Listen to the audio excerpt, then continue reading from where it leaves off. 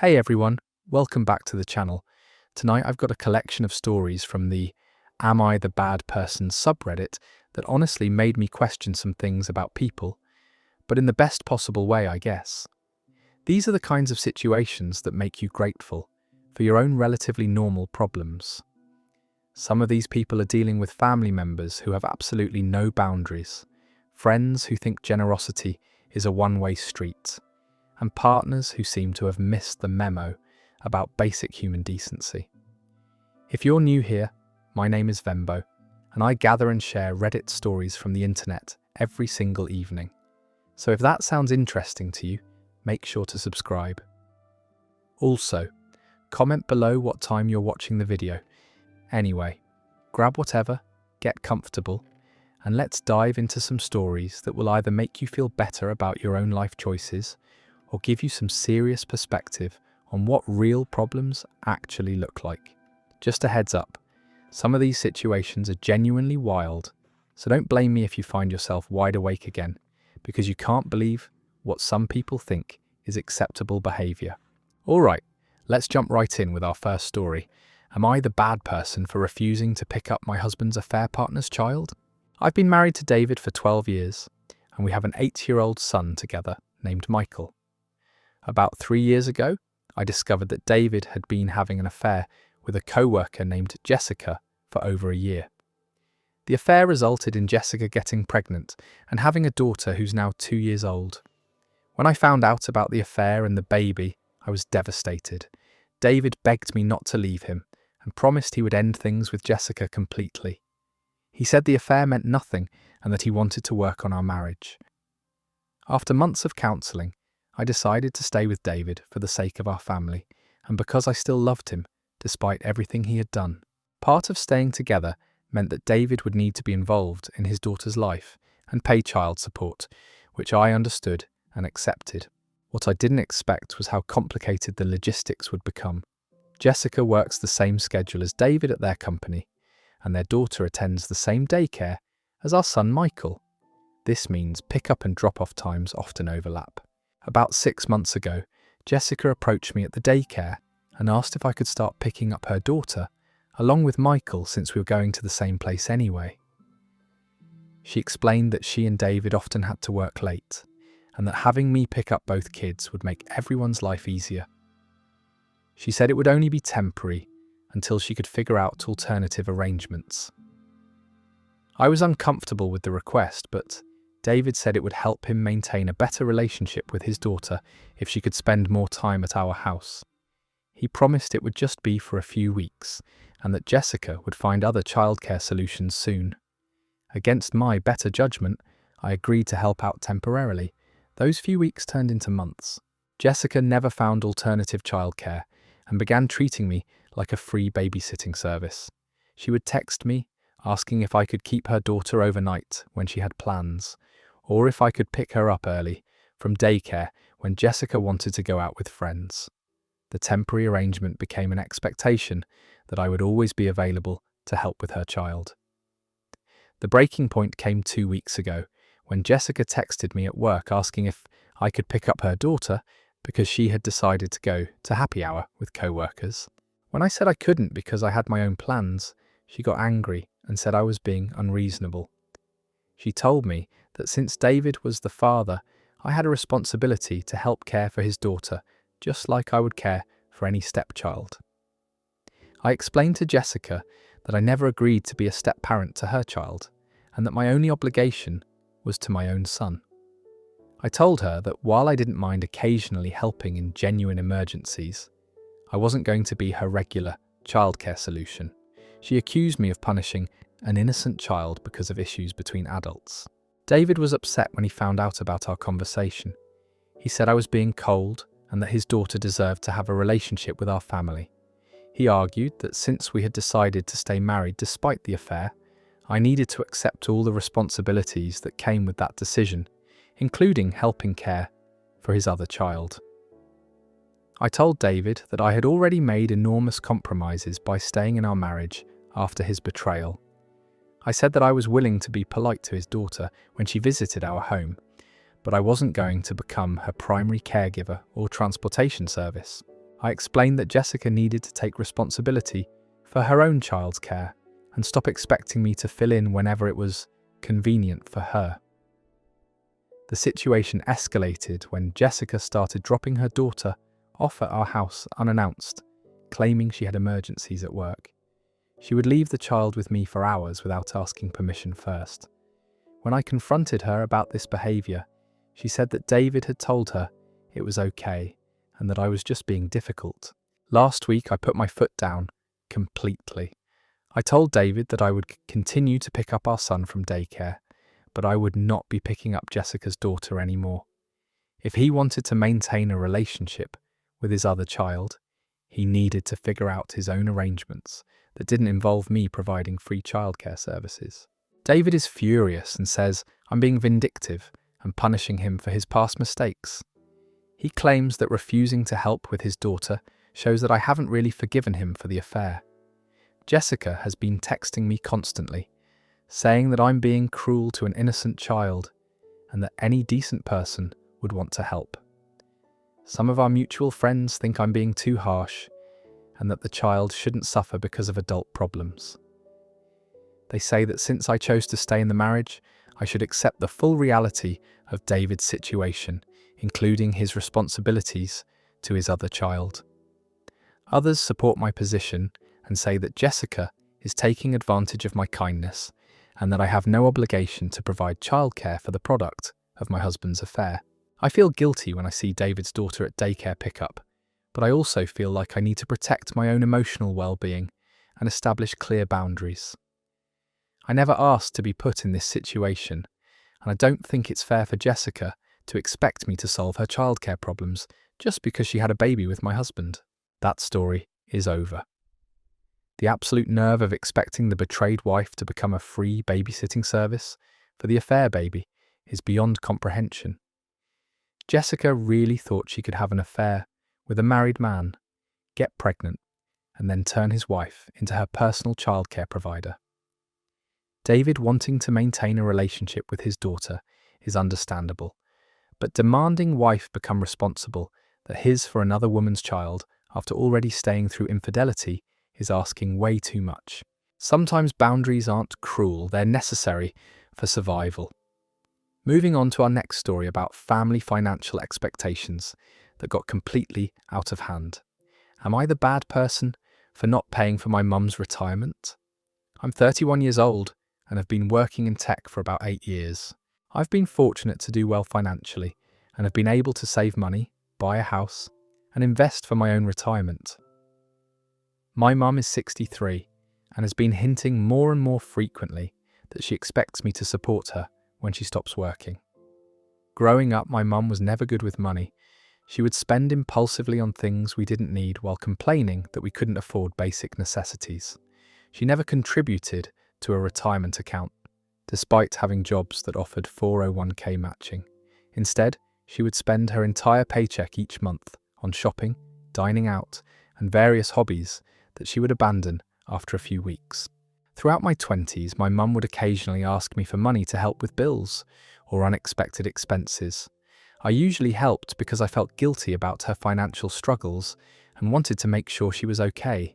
Looking back, I realised these requests became more frequent as my income increased, and she began to see me as a solution to her money problems rather than addressing her spending habits.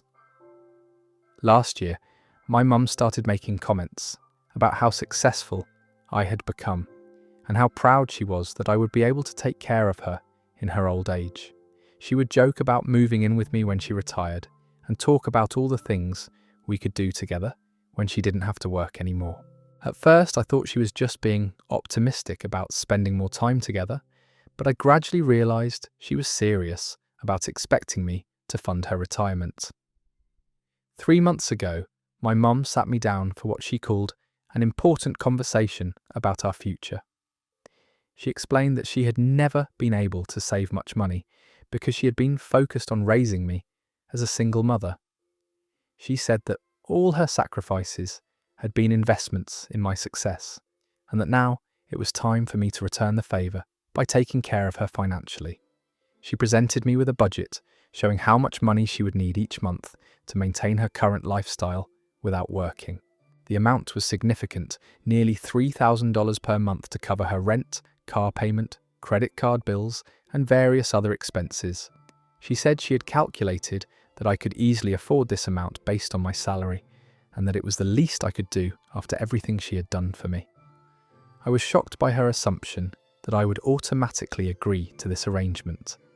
I explained that while I appreciated everything she had done as a parent, I had my own financial goals and responsibilities.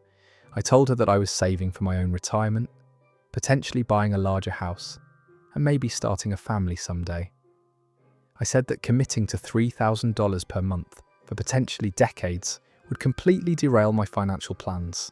My mum became upset and accused me of being selfish and ungrateful. She said that in other cultures, children always take care of their elderly parents, and that my refusal showed how Americanized and individualistic I had become. She claimed that she had sacrificed her own career advancement to focus on raising me, and that without those sacrifices, I never would have been successful enough to afford helping her. I tried to suggest alternatives, like helping her create a budget to reduce her expenses or find part-time work that she enjoyed. I offered to help her apply for Social Security benefits and look into senior housing options that might be more affordable. I said I was willing to help with genuine emergencies, but that I couldn't commit to funding her entire lifestyle indefinitely. She rejected all of these suggestions and said I was trying to force her into poverty after she had given me the best life possible. She started crying and saying that she had always assumed I would take care of her and that she felt betrayed by my selfishness. She said that most children would be honoured to support their parents and that my attitude showed that I didn't really love her. The conversation ended badly, with my mum saying she was disappointed in the person I had become. Since then, she has been giving me the silent treatment and telling other family members that I have abandoned her in her time of need. Several relatives have called me to express their disapproval of my decision, saying that family should come first and that I have a moral obligation to support my mother. My mum has also started making passive-aggressive comments on social media about ungrateful children who forget their parents once they become successful. She shares articles about adult children supporting their parents and makes comments about how some people have no family values or sense of loyalty. The situation has been emotionally draining because I do love my mum and want her to be okay. But I also feel like she made financial choices throughout her life, without considering the consequences, and now she expects me to bail her out indefinitely. I worked hard to get where I am financially, and I don't think it's fair for her to assume that my success automatically means I should fund her retirement. Some friends support my decision and say that parents shouldn't expect their children to be retirement plans. Others think I should help more since I can afford it, and that family obligations sometimes require financial sacrifice. I'm torn between wanting to be a good son and protecting my own financial future. That story's over. Mum really spent decades making terrible financial choices and then decided her son's bank account was her retirement plan. The guilt trip about being ungrateful while simultaneously demanding $3,000 a month is peak manipulation. It's one thing to help family in emergencies, but expecting someone to completely derail their own financial future because you never bothered to save is wildly entitled. Sometimes the people who claim family comes first are the ones who never acted like family themselves. Let's move on to some wedding drama that shows how old grudges can explode at the worst possible moments. Am I the bad person for skipping my brother Mark's wedding? My brother Mark got married last weekend and I didn't attend. My family is furious with me and says I ruined his special day by not being there. The situation is complicated because of history between me and Mark's now wife, Sarah. About 5 years ago, when Mark and Sarah first started dating seriously, Sarah and I had what I thought was a minor disagreement about politics during a family dinner. We were discussing current events and had different opinions, which seemed normal enough. I didn't think much of it and assumed we would just avoid political topics in the future like most families do. However, over the following months, I started hearing from family members that Sarah had been telling people I had been aggressive and hostile toward her during that dinner. According to Sarah's version of events, I had personally attacked her beliefs and made her feel unwelcome in our family. She claimed that I had raised my voice and been disrespectful, which was completely different from what I remembered happening. When I tried to talk to Sarah directly about the misunderstanding, she insisted that her version of events was accurate, and that I was gaslighting her by denying what had happened. She said she felt unsafe around me and didn't want to attend family gatherings if I was going to be there. This put Mark in an extremely difficult position between his girlfriend and his brother. The situation got worse when Sarah started telling extended family members and mutual friends that I had serious anger issues and was hostile toward women. She would bring up the dinner incident as evidence that I was unstable and potentially dangerous. These rumours began affecting my relationships with other family members and made family gatherings incredibly uncomfortable. I tried multiple times to resolve the situation. I offered to apologise if I had somehow made Sarah uncomfortable, even though I didn't believe I had done anything wrong. I suggested that we could have a conversation with Mark present to clear the air. I even offered to avoid political discussions entirely in the future to prevent any similar misunderstandings. Sarah rejected all of these attempts at reconciliation. She maintained that I was manipulative and that my offers to apologise were just attempts to make her look unreasonable. She said that the damage had already been done and that she couldn't trust me to treat her with respect in the future. Over the next few years, Sarah's campaign against me intensified.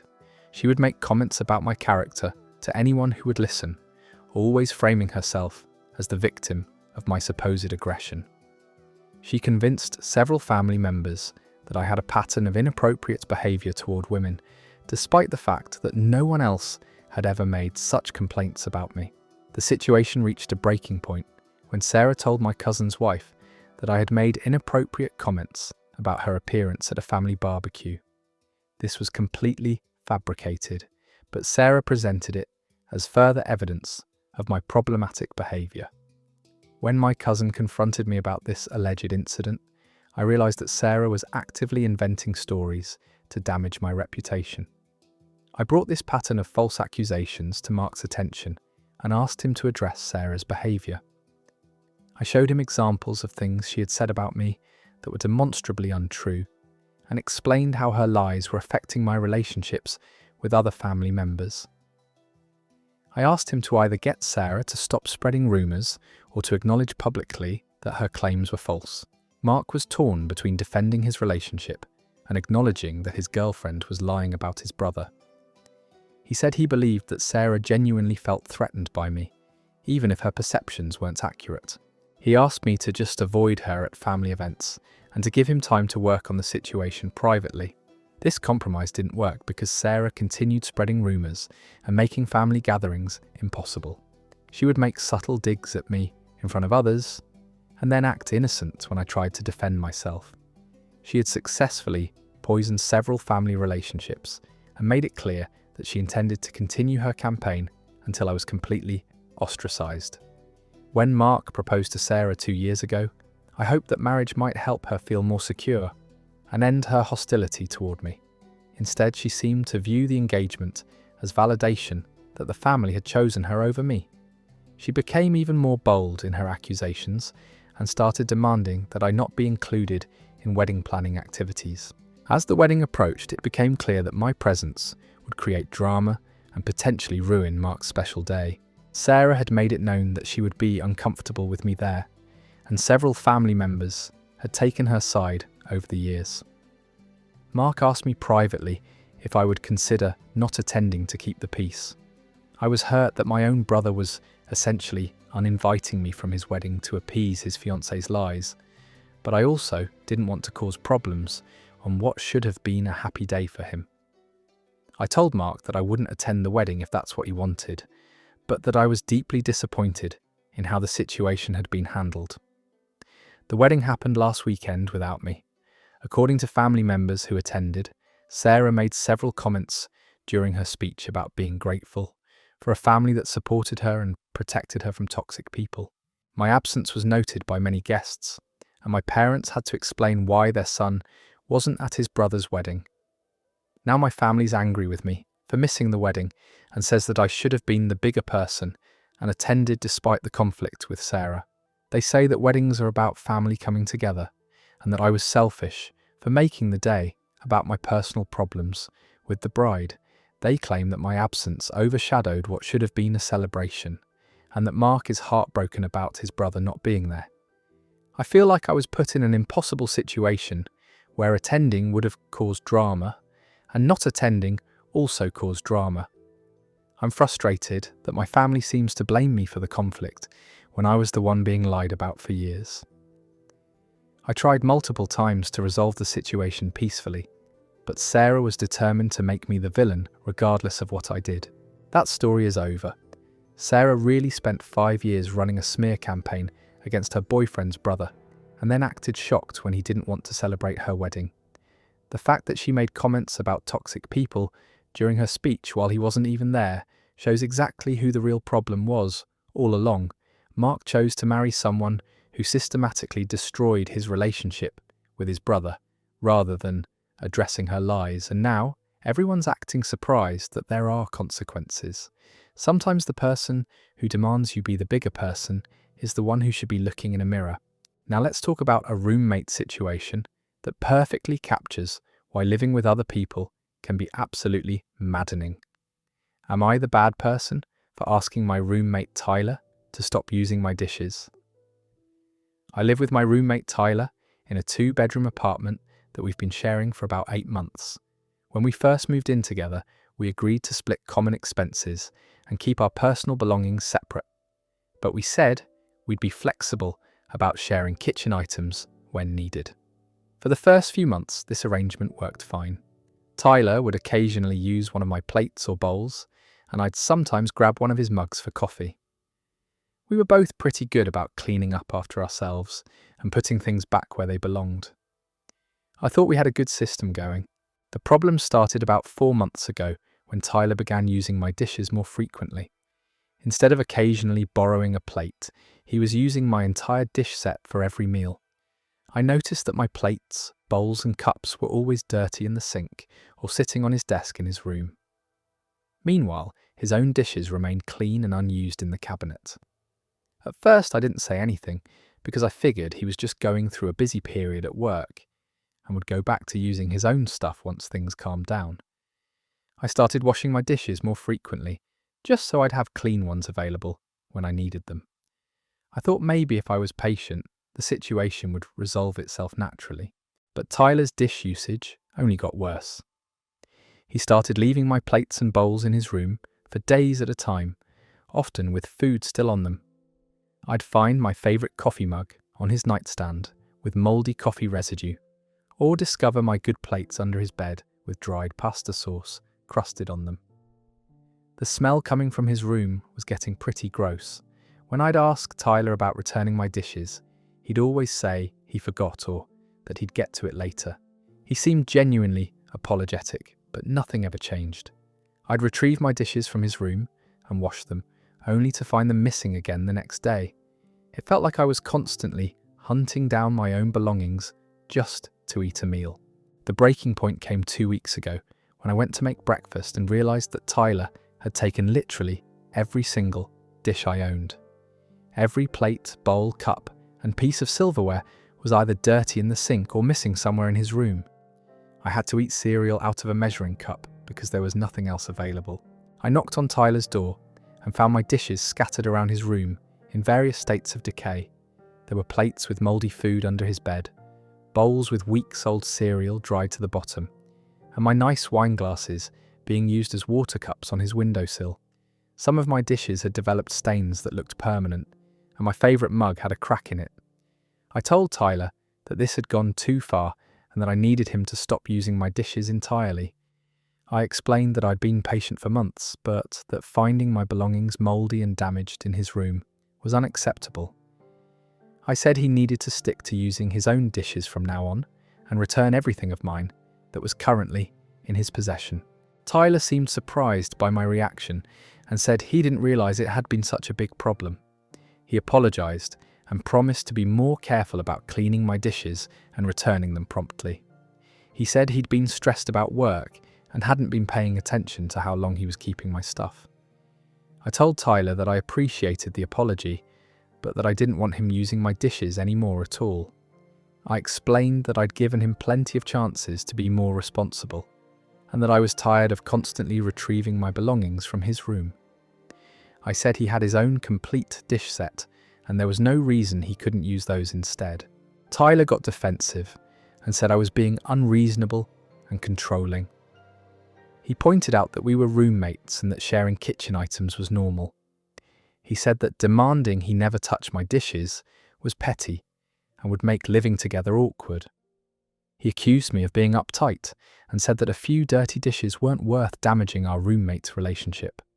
I stood my ground and explained that this wasn't about sharing occasionally, but about him consistently taking all of my dishes and leaving them dirty for weeks. I told him that I'd tried to be accommodating, but that his behaviour had forced me to set stricter boundaries. I said he was welcome to use any of the common kitchen appliances, but that my personal dishes were off limits going forward. Tyler reluctantly agreed to return my dishes and stick to using his own, but he's been sulking around the apartment ever since. He makes passive-aggressive comments about how some people are too possessive of their belongings and how he misses living with more generous roommates.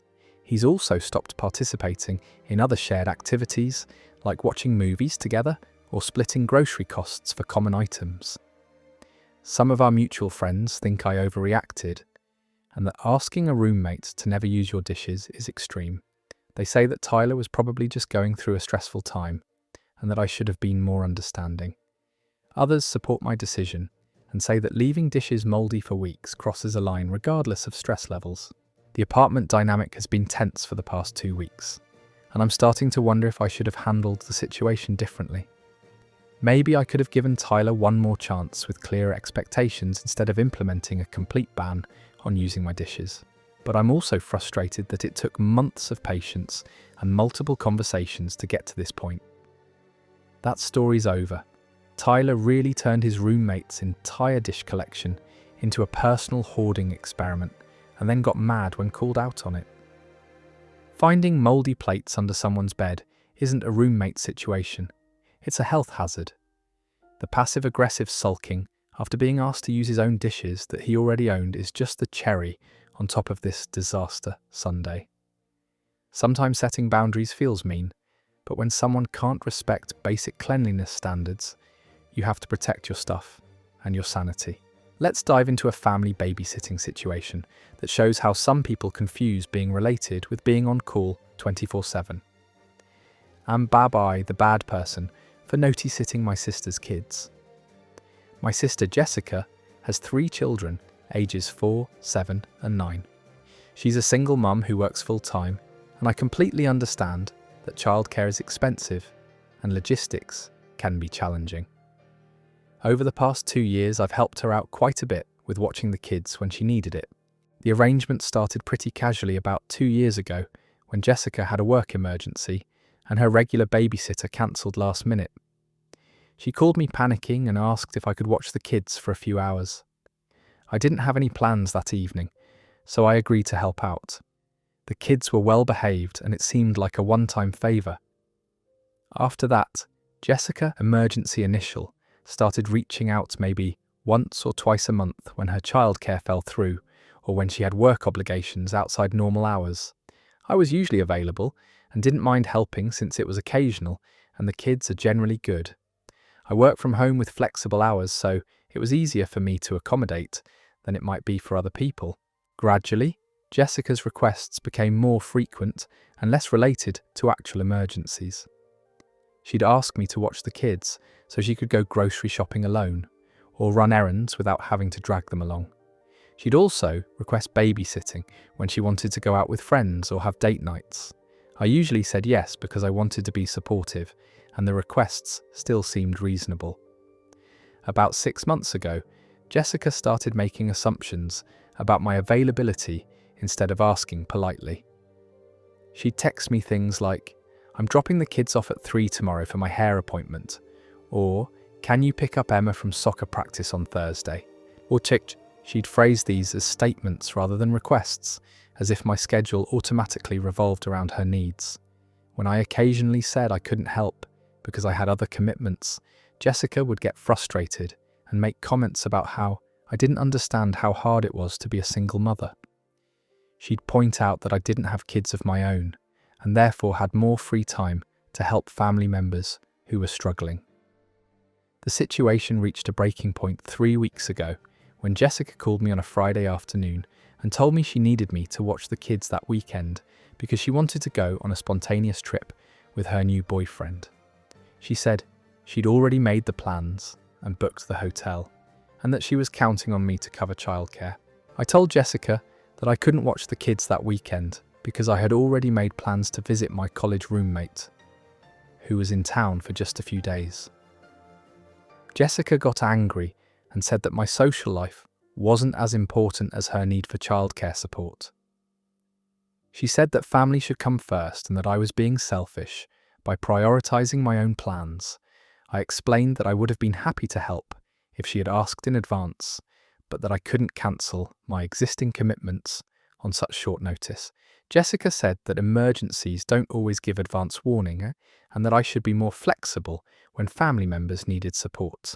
I pointed out that going on a weekend trip with her boyfriend wasn't actually an emergency, and that proper planning could have avoided this conflict. Jessica accused me of being judgmental about her dating life and said I was trying to control how she spent her free time. The conversation escalated when Jessica said that since I didn't have children or a demanding career like hers, I should be more available to help family members who did. She implied that my time was less valuable than hers because I didn't have the same level of responsibilities. I told Jessica that I was tired of being treated like an on-call babysitting service and that I needed her to start asking for help rather than assuming I'd always be available. I said that I was happy to help occasionally with advance notice, but that I couldn't be her primary backup childcare solution. Jessica got very upset and said I was abandoning her when she needed family support the most. She said that she'd always been there for me when I needed help, though I couldn't think of specific examples of when she'd made similar sacrifices for my benefit. Since that conversation, Jessica has been telling family members that I'm unreliable and don't care about her children. She's made comments about how some people forget their family obligations once they become too comfortable in their own lives. Several relatives have reached out to suggest that I should be more understanding of Jessica's situation as a single mother. Jessica found alternative childcare for that weekend trip, but she hasn't spoken to me directly since our argument. She's been posting on social media about the challenges of single-inting it is when parenthood, and how disappo family members aren't willing to help. Some of these posts feel like subtle digs at me, though she doesn't mention me by name. I feel guilty about saying no, especially knowing how hard Jessica works to provide for her children. But I also feel like my willingness to help occasionally turned into an expectation that I'd always be available, regardless of my own schedule or needs. That story is over. Jessica really took occasional favours and turned them into a full-time unpaid nanny position without even realising it. The moment someone starts telling you instead of asking you to babysit, that's when you know they've crossed the line from grateful family member to entitled user.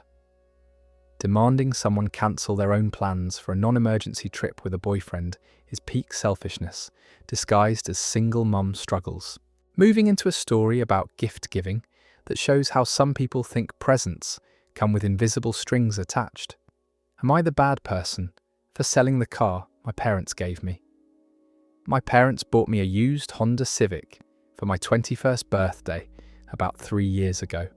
It wasn't brand new, but it was in really good condition and was exactly what I needed as a college student. They said it was a gift to help me get to work and school more easily, and I was incredibly grateful for their generosity. The car served me well throughout the rest of college and into my first year after graduation. However, about 6 months ago, my living situation changed dramatically. I moved to a city with excellent public transportation and got a job that's within walking distance of my apartment. I was also dealing with some unexpected medical bills that were putting a strain on my finances. Keeping the car was becoming expensive and impractical. I had to pay for parking, insurance, gas and maintenance, but I was barely driving it. Maybe once or twice a month I'd actually need it, and even then I could have used rideshare services for less money. The car was just sitting in an expensive parking spot most of the time. After thinking about it for several weeks, I decided to sell the car. I used the money to pay off my medical debt and put the rest into my emergency savings fund. I thought this was a responsible financial decision that would improve my overall situation significantly. When I told my parents about selling the car, they were furious. My mum said I was ungrateful and that they had worked hard to buy me something nice. My dad said that if I didn't want the car anymore, I should have offered to give it back to them instead of selling it for my own benefit. They argued that since the car was a gift from them, selling it was disrespectful and showed that I didn't value their sacrifice. My mum said she felt hurt that something they had chosen specifically for me was just treated like any other possession that could be sold when convenient. I tried to explain that I was grateful for the gift and that it had helped me tremendously when I needed it most. I said that selling it wasn't a reflection of how much I appreciated their generosity, but rather a practical decision based on my current circumstances. I pointed out that keeping an unused car just for sentimental reasons didn't make financial sense. My parents didn't accept this explanation. They said that gifts from family should be treasured regardless of practicality, and that selling the car sent a message that their gesture meant nothing to me. They've been cold toward me ever since, and make passive-aggressive comments about how some people don't appreciate what they're given. The situation has created tension at family gatherings, and my siblings have gotten involved. Some think my parents are overreacting, and that I had every right to sell something that was given to me. Others believe that I should have discussed it with my parents first or offered to return the car instead of profiting from their gift. I'm starting to question whether I handled this wrong. Maybe I should have been more sensitive to my parents' feelings and found a different solution to my financial problems. But I also think that once something is given as a gift, the recipient should be free to do what makes sense for their situation. That story is over. The parents really gave their adult child a gift and then tried to control what happened to it 3 years later. Once you give someone something, it's theirs to do with as they see fit, especially when it's the financially responsible choice. The guilt trip about being ungrateful for making a practical decision that helped with medical debt is honestly pretty manipulative. Moving on to our next story about relationship boundaries that got seriously tested. Am I the bad person for not letting my partner borrow my laptop? I've been dating Chris for about 8 months now, and overall our relationship has been really good. We don't live together yet, but we spend most weekends at each other's places and have talked about moving in together next year. Last week, Chris mentioned that their laptop was having issues and might need to be repaired or replaced. They work in graphic design and need a computer for their freelance projects. So this was obviously a stressful situation. I sympathised with their predicament and offered to help them research replacement options or find a good repair shop. Chris asked if they could borrow my laptop temporarily while theirs was being fixed.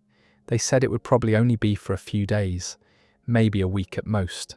They promised to be careful with it and said they really appreciated me being willing to help them out during this difficult time. I felt uncomfortable with this request, but wasn't sure how to explain why, without seeming unreasonable. My laptop contains a lot of personal information that I'm not ready to share with Chris yet. I have private documents, photos and files that are important to me, but very personal in nature. I also use my laptop for work and have confidential client information stored on it. Even though I trust Chris as a person, I'm not comfortable having someone else access my work files, especially when some of them contain sensitive business information that I'm contractually obligated to protect. When I hesitated to respond, Chris asked what the problem was. I tried to explain that I needed my laptop for my own work and wasn't comfortable lending it out. Chris seemed confused and pointed out that I could use it when they weren't working and that we could coordinate our schedules to minimize conflicts. I told Chris that it wasn't just about scheduling, but that I had personal and work files on the laptop that I preferred to keep private. Chris got defensive and asked if I didn't trust them. They said they weren't planning to snoop through my personal files and just needed to use basic programs for their design work. I tried to explain that it wasn't about trust, but about privacy and professional boundaries. I said I wasn't comfortable having anyone else access my computer, regardless of who they were or what their intentions might be. I offered to help them find other solutions, like borrowing a computer from a friend or renting one temporarily. Chris became upset and said they felt hurt that I didn't trust them enough to help in an emergency situation. They pointed out that we'd been dating for months and that they thought our relationship had progressed beyond such rigid boundaries. They said that couples should be willing to make sacrifices for each other when needed. I maintained that this wasn't about our relationship or trust, but about personal privacy that I needed to maintain regardless of my dating situation. Chris said this felt like a rejection and that my unwillingness to help was making them question whether I was really committed to our partnership. The conversation ended awkwardly, with Chris saying they would figure out their own solution and didn't need my help anymore. They've been distant ever since, and I can tell they're still upset about my refusal to lend them my laptop. Some friends think I was being overly paranoid, and that lending a laptop to someone you're dating seriously isn't unreasonable. Others support my decision and say that everyone has a right to privacy, even in relationships. I'm wondering if I damaged our relationship over something that might not have been that big of a deal. That story is over. Chris really tried to guilt-trip their partner into giving up personal privacy and work security because their own computer broke.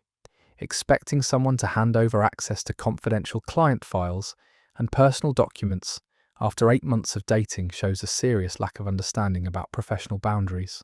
Privacy isn't about trust, it's about having your own space, even in relationships. Let's move into a story about neighborhood dynamics that shows how one person's emergency can become everyone else's judgment. Am I the bad person for not helping my neighbor Linda shovel snow? My neighbor Linda is 78 years old and lives alone in the house next to mine. She's generally a sweet woman, and we've always had a friendly relationship. We wave to each other when we see each other outside and occasionally chat about the weather or neighborhood happenings. We had a major snowstorm last weekend that dropped about 10 inches of snow overnight. When I looked outside Sunday morning, I could see that Linda's driveway and walkway were completely buried. My own driveway was also covered, so I knew I had several hours of shoveling ahead of me. I had worked a double shift at the hospital on Saturday and was absolutely exhausted.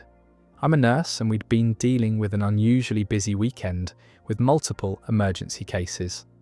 I was physically and emotionally drained and had been looking forward to a quiet Sunday to recover before starting another difficult week. I started working on my own driveway around 9 in the morning, which took me nearly 2 hours to clear completely. By the time I finished, I was sore and tired and really needed to rest.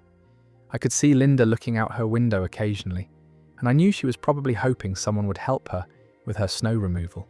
Under normal circumstances, I probably would have offered to help Linda with her driveway after finishing my own. She's elderly and lives alone, and I generally try to be a good neighbour when I can. But I was just too physically exhausted to take on another 2 hours of heavy snow shoveling. I went inside to rest and figured that Linda would either hire someone to plough her driveway or ask one of her family members to come help. She has a son who lives about 20 minutes away and usually helps with yard work and maintenance issues. Later that afternoon, I saw Linda outside trying to shovel her driveway by herself. She was moving very slowly and clearly struggling with the heavy snow.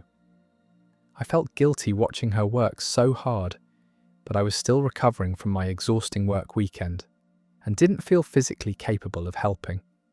I considered going outside to offer assistance, but I was worried that I might hurt myself or not be able to provide effective help in my current state of fatigue. I decided that it was better to let her handle it her own way rather than risk making the situation worse by overexerting myself. Linda spent most of the afternoon working on her driveway and walkway. She took frequent breaks and worked in small sections, but eventually managed to clear most of the snow by herself.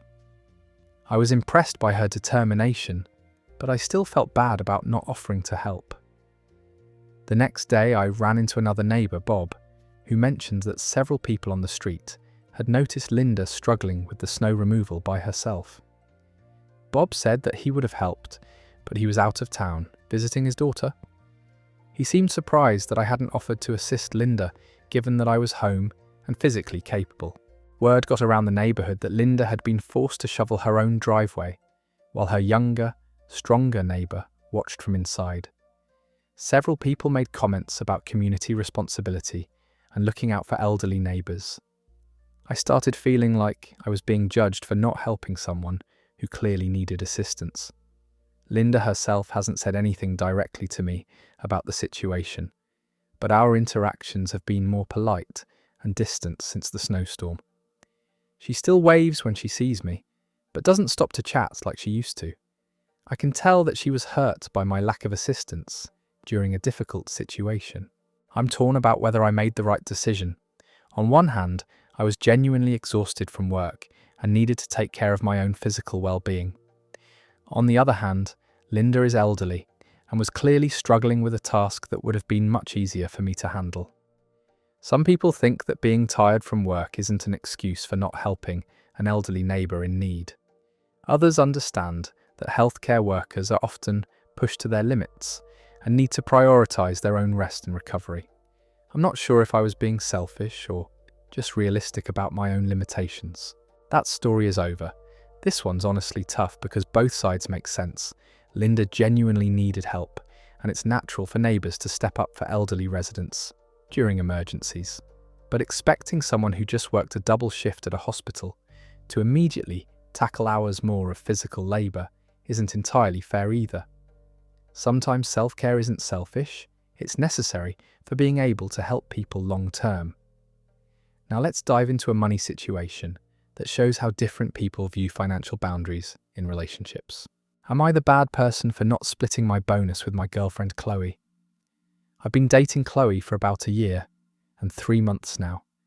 We have a good relationship overall, but we've been having some disagreements about money lately that are starting to cause tension between us. Last month I received an unexpected performance bonus at work for completing a major project ahead of schedule. The bonus was substantial, about $4,000 after taxes, and I was really excited about it. I'd been working extra hours for weeks to meet the project deadline, and the bonus felt like recognition for all that hard work. When I told Chloe about the bonus, she was initially excited for me and congratulated me on the achievement. We went out to dinner to celebrate, and I paid for our meal as a way of sharing my good fortune. I thought that was a nice way to include her in my success without making it complicated. A few days later, Chloe brought up the bonus again and started talking about how we could spend the money together. She mentioned several things she thought we should do with it, like taking a vacation, upgrading our shared streaming services, or putting it toward a security deposit for a bigger apartment. I was surprised by her assumption that the bonus was somehow shared money that we would spend together. I told her that I was planning to put most of it into my savings account and maybe use a small portion for something fun, but that I hadn't planned to spend it on joint expenses or activities.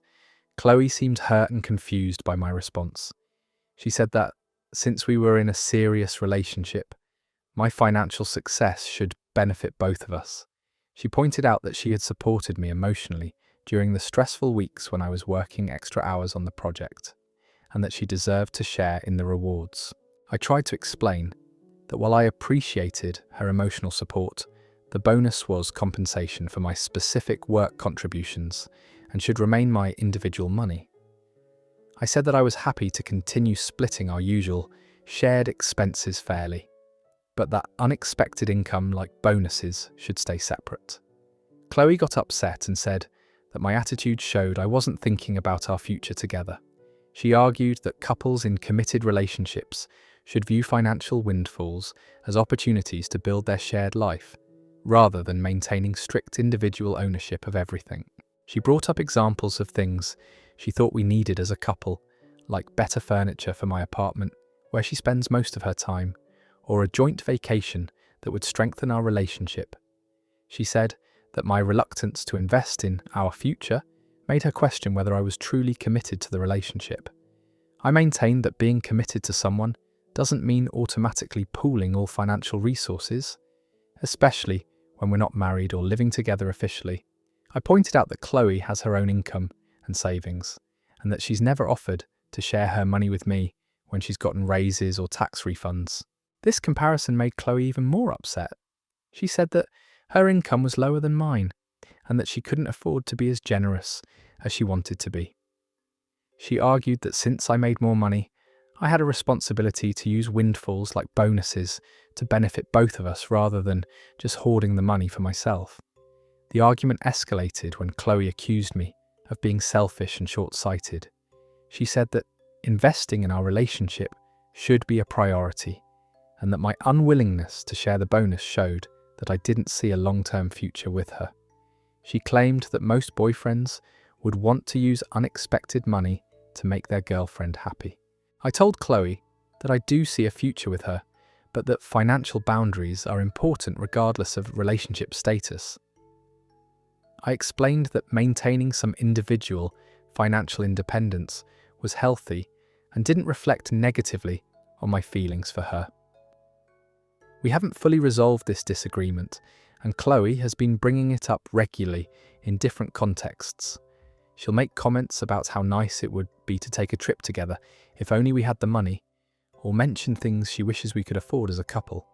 I can tell she's still upset about my decision to keep the bonus as my individual money.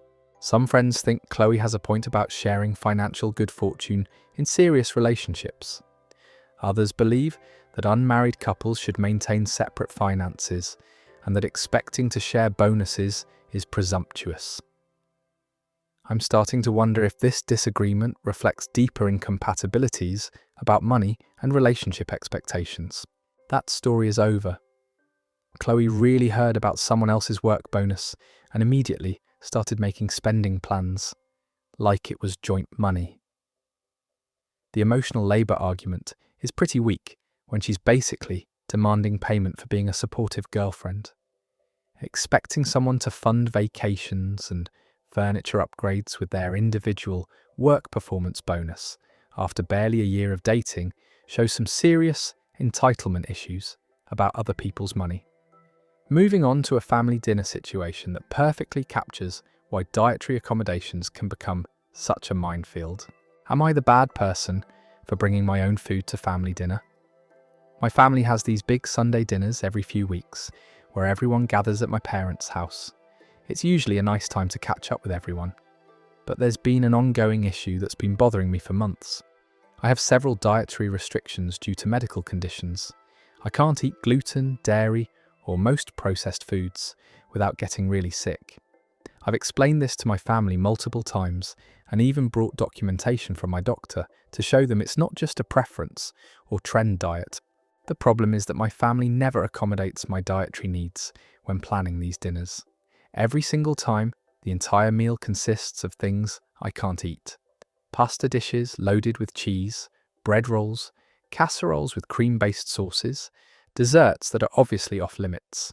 When I've asked in advance if they could maybe include one dish I could eat, they'll say sure, but then forget or claim they didn't have time. I've tried bringing ingredients and offering to cook something myself, but my mum gets offended and says I'm implying her cooking isn't good enough. She insists that I should just eat around the ingredients I can't have, which shows she fundamentally doesn't understand how food allergies work. Last month, I decided to handle the situation differently. I prepared a complete meal for myself at home and brought it in containers to the family dinner. I heated it up in their microwave and ate my own food while everyone else had the regular meal. I thought this was a reasonable compromise that would let me participate in the family gathering without getting sick. My family was horrified. My mum said I was being rude and embarrassing her by rejecting the food she had prepared. My sister said it looks like I thought I was too good for family meals. My dad said I was making a scene and drawing attention to myself unnecessarily. I tried to explain that I wasn't trying to be difficult, but that I literally couldn't eat anything they had prepared without having a severe physical reaction. I said that bringing my own food allowed me to participate in the family time without causing problems or asking anyone to change their cooking. My aunt chimed in saying that people used to just deal with food issues without making such a big production out of it. She said that being so restrictive about food was probably psychological anyway, and that I should just push through the discomfort for the sake of family harmony. The whole dinner became incredibly awkward, with people making passive-aggressive comments about my food choices and how some family members require special treatment. Several relatives made jokes about bringing their own food to restaurants or friends' houses, implying that my cousin suggested that may be antisocial. My behaviour was ridiculous, and family dinners, if eating I should just skip the food, was such a problem. She said that the point of these gatherings was to share a meal together, and if I wasn't going to participate in that aspect, then maybe I was missing the point entirely. I felt hurt that my family was making me feel guilty for managing a medical condition in the least disruptive way possible. I wasn't asking them to change their entire menu or go out of their way to accommodate me. I was quietly handling my own needs without burdening anyone else. After dinner, my mum pulled me aside and said that bringing like I did my own food made it seem I want to be part of the family. She said that sharing meals was an important tradition, and that my actions suggested I was rejecting not just the food, but the family connection it represented. I've been thinking about this for weeks, and I'm torn about whether I handled it wrong. Maybe I should have just continued to not eat during family dinners, or maybe I should have stopped attending altogether, rather than bringing my own food.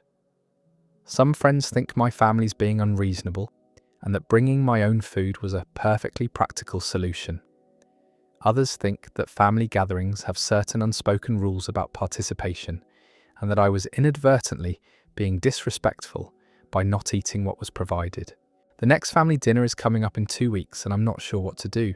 I don't want to cause more drama, but I also can't eat food that will make me physically ill. I'm wondering if there's a better way to handle this situation that won't offend my family while still protecting my health. That story's over. Imagine getting mad at someone for managing their medical condition in the least intrusive way possible. OP literally solved the problem without asking anyone to change anything, and the family still found a way to be offended. The idea that bringing your own safe food somehow rejects family connection is honestly ridiculous. Medical needs aren't negotiable, and anyone who thinks you should get sick for tradition needs a reality check. Moving on to a story about friendship boundaries that got seriously tested by financial expectations. Am I the bad person for not covering my friend Rachel's rent? Rachel and I have been close friends since college, about 7 years now. She's always been the type of person who lives paycheck to paycheck, but she's funanious, and I and Spont have always enjoyed her company. We've helped each other through various life situations over the years. Last month, Rachel lost her job unexpectedly when the startup she worked for ran out of funding and laid off most of their staff. She was understandably panicked about her finances since she didn't have much in savings. I felt terrible for her and offered to help her update her resume and practice interviewing. About 2 weeks after she lost her job, Rachel called me crying and said she was going to be short on rent for the month. Her portion was $800 and she only had about $300 saved up. She asked if I could loan her the $500 difference just to get through this rough patch. I wanted to help Rachel, but I'm also trying to save money for a house down payment, and $500 was a significant chunk of my monthly budget. I told her I couldn't afford to loan that much money right now, but I offered to help in other ways, like bringing her groceries or helping her find temporary work. Rachel seemed disappointed but said she understood my financial situation. She mentioned that she was going to ask a few other friends and family members to see if anyone could help her avoid getting evicted. I felt bad about not being able to help more, but I knew lending that much money would put strain on my own finances. A few days later, Rachel called me back and said she had managed to scrape together most of the rent money, but was still about $200 short. She asked if I could help with that smaller amount instead, promising she would pay me back as soon as she found a new job. I felt more comfortable with the smaller amount and agreed to loan her the $200. Rachel was incredibly grateful and promised to pay me back within a month. She said she had several job interviews lined up and was confident she would find something soon. 2 months have passed and Rachel still hasn't paid me back the money. She did find a part, but it doesn't pay as well as her previous position, and she says she's still struggling to make ends meet. When I've gently brought up the loan, she acts like I'm being pushy about money and says she's doing her best. Last week, Rachel called me again, asking if I could help cover her rent for this month too. She said the part-time job wasn't enough to cover all her expenses, and she was facing eviction again. This time, she was asking for $600, which was even more than her original request. I told Rachel that I couldn't afford to loan her more money, especially since she hadn't paid back what she already owed me. I explained that I had my own financial goals and responsibilities that I needed to prioritize. I suggested she look into local assistance programs or consider getting a roommate to reduce her housing costs. Rachel got upset and said she couldn't believe I would let her become homeless over money. She said that real friends help each other during emergencies and that my refusal showed I didn't really care about her well-being. She pointed out that I make more money than she does and should be willing to help someone in need. I tried to explain that it wasn't about not caring, but about financial boundaries and sustainability. I said that continuously lending money I couldn't afford would eventually hurt both of us and potentially damage our friendship. I offered again to help in non-financial ways like job searching or meal planning. Rachel accused me of being selfish and said that if our situations were reversed, she would do whatever it took to help me avoid homelessness. She said she was disappointed to learn that our friendship apparently had limits based on money, and that she had thought I was a more generous person. Since that conversation, Rachel has been distant and cold toward me. She stopped responding to my texts and hasn't invited me to social gatherings, like she usually would. When we do interact, she makes passive-aggressive comments about fair weather friends and people who abandon others during difficult times. I feel guilty, Rachel, more, but I also feel like about not helping her, she's being unreasonable in expectations. I already loaned her money I couldn't really afford, and she hasn't made any effort to pay it back. Now she wants even more money and is making me feel bad for having financial boundaries. That story is over. Rachel really took one favour and turned it into an expectation for unlimited financial support. The fact that she hasn't paid back the original loan, but still has the nerve to ask for more money, shows exactly where her priorities are. Guilt-tripping someone about friendship limits while owing them money is peak entitlement behaviour, disguised as desperation. Let's dive into a relationship story about therapy expectations that created a major standoff. Am I the bad person for refusing to go to therapy with my partner? My partner Alex and I have been together for about 2.5 years. We've had our ups and downs like any couple, but I thought we were in a pretty good place overall. Recently, Alex has been pushing the idea that we should go to couples therapy together to work on our communication. Alex says they feel like we don't always understand each other and that professional guidance could stronger relationships help us build skills.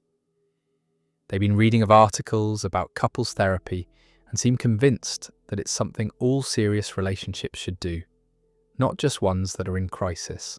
I'm not comfortable with the idea of couples therapy. I've never been to any kind of therapy before, and the whole concept makes me anxious. I don't like the idea of discussing our private relationship issues with a stranger, even if that person is a professional. It feels too vulnerable and exposing. When I expressed my hesitation, Alex said that my resistance to therapy showed I wasn't committed to improving our relationship. They said that people who really want to grow together are willing to try new approaches, even if they feel uncomfortable at first. I tried to explain that my reluctance wasn't about being UNW on our relationship, but about preferring to handle issues ourselves through direct communication. I said I'd rather talk through problems privately than involve a third party in our personal, and said that our business. Alex got frustrated. Current approach to communication clearly wasn't working since we kept having the same arguments over and over. They pointed out specific conflicts we'd had recently and said that professional help could give us tools to navigate disagreements more effectively. I acknowledged that we do sometimes struggle with communication, but I argued that this was normal for any relationship and didn't necessarily require professional intervention. I said that learning to work through problems together was part of the natural process of building a stronger partnership. The discussion escalated when Alex accused me of being closed-minded and unwilling to invest in our future together. They said that my refusal to try therapy suggested I wasn't taking our relationship as seriously as they were, and that I was prioritizing my own comfort over our collective growth. I told Alex that I was serious about our relationship, but that I had boundaries around what approaches I was comfortable with. I said that being pressured into therapy when I didn't believe it would help felt counterproductive and might actually create more problems between us. Alex said they felt like I was shutting down an important conversation and not being open to solutions. They claimed that my attitude was exactly the kind of communication problem that therapy could help address, and that my refusal was proving their point. I suggested that we could try reading relationship books together or setting aside dedicated time each week to discuss any issues that came up. I offered to put more effort into actively full of how I commune, listening and being more communicated during disagreements. Alex rejected these alternatives and said that self-help approaches weren't the same as professional guidance. They insisted that a trained therapist could identify patterns and dynamics that we couldn't see ourselves and provide tools that we wouldn't discover on our own. The conversation ended with Alex saying they were disappointed in my unwillingness to try something that could benefit our relationship. They said they felt like I was giving up on us by refusing to explore options for improvement and that they weren't sure how to move forward. Then Alex has been bringing since-up therapy regularly and making comments about how some people are more committed to growth than others. They've also been pointing out every communication issue we have as evidence that we need professional help. I'm starting to feel pressured and resentful about the constant therapy suggestions. I understand that Alex thinks it would help, but I genuinely don't believe it's necessary or beneficial for our situation. I feel like my preferences and comfort level should matter in this decision. The tension around this issue is starting to affect other aspects of our relationship. Alex seems frustrated with me most of the time, and I feel like I'm being judged for not wanting to pursue therapy. We're both becoming more defensive during conversations about any topic. I'm wondering if my resistance to couples therapy is unreasonable, or if Alex is being too pushy about something that should be a mutual decision. I want to work on our relationship, but I want to do it in ways that feel right for both of us. That story is over. Alex really decided that therapy was the only acceptable solution and then made OP feel bad for having different preferences about relationship work. Demanding someone go to therapy against their will and then using every disagreement as evidence that you're right is honestly manipulative. Relationships require compromise from both people, not one person bulldozing the other into uncomfortable situations. Moving on to our next story about family business expectations that crossed some serious lines. Am I the bad person for not helping my dad with his business? My dad owns a small landscaping company that he started about 15 years ago. It's been moderately successful and provides him with decent income, but he's always struggled with the administrative side of running a business. He's great at the actual landscaping work, but gets overwhelmed by paperwork, scheduling, and customer communications. Over the past few years, my dad has been asking me to help him with various aspects of the business during my free time. Initially, it was small requests like helping him organize invoices or update his customer database. I was happy to help occasionally, since I have experience with office work and computers. Gradually, my dad's requests became more frequent and time-consuming. He started asking me to spend entire weekends creating spreadsheets, answering customer emails, and handling scheduling conflicts. What had started as occasional favours was turning into a regular part-time job. The issue is that my dad has never offered to pay me for any of this work. When I've brought up compensation, he says that family helps family and that I should be willing to contribute to the family business without expecting money.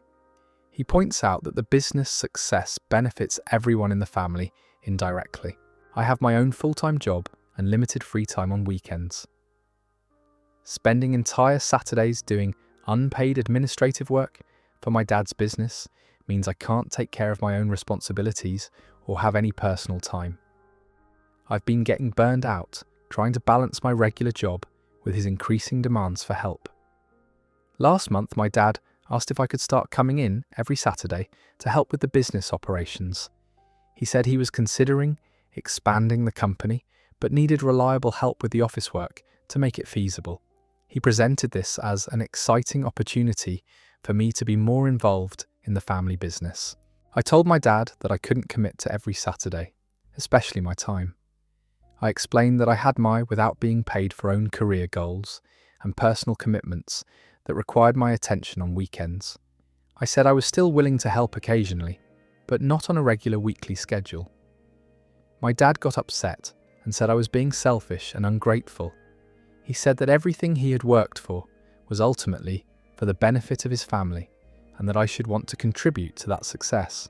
He accused me of caring more about money than family loyalty.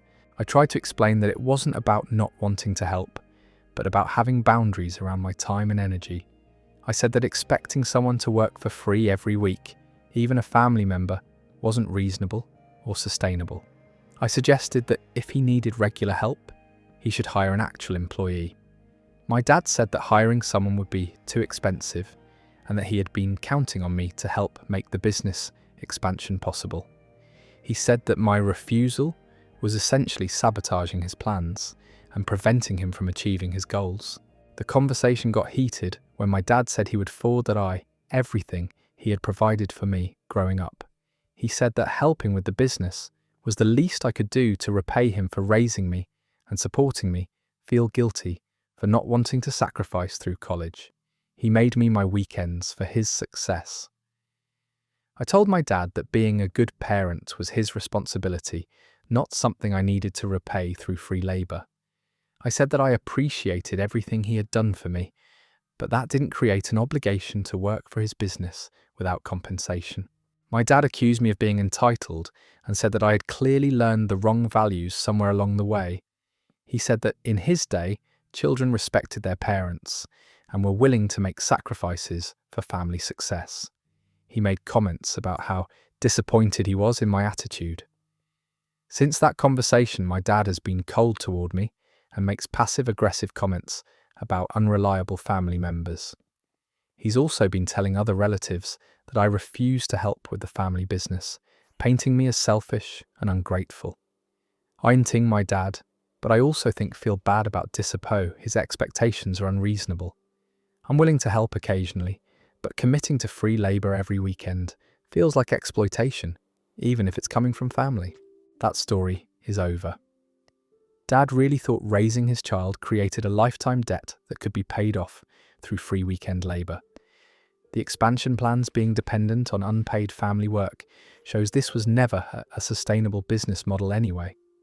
Family obligation doesn't mean becoming someone's free employee just because you share DNA.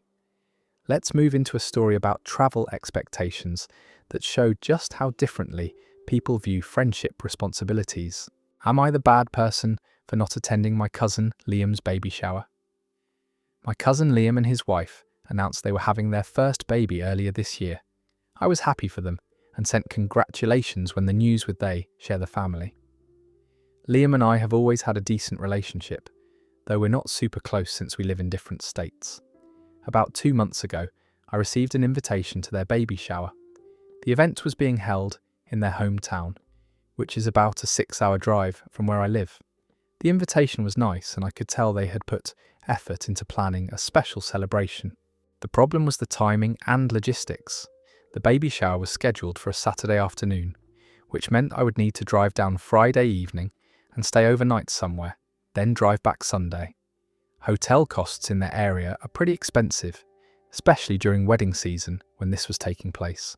I calculate cost of attending the total, and it came to almost $400 between gas, hotel, food, and a gift.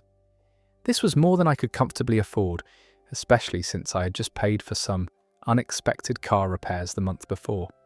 My budget was already tight, and adding a $400 expense would have been really difficult.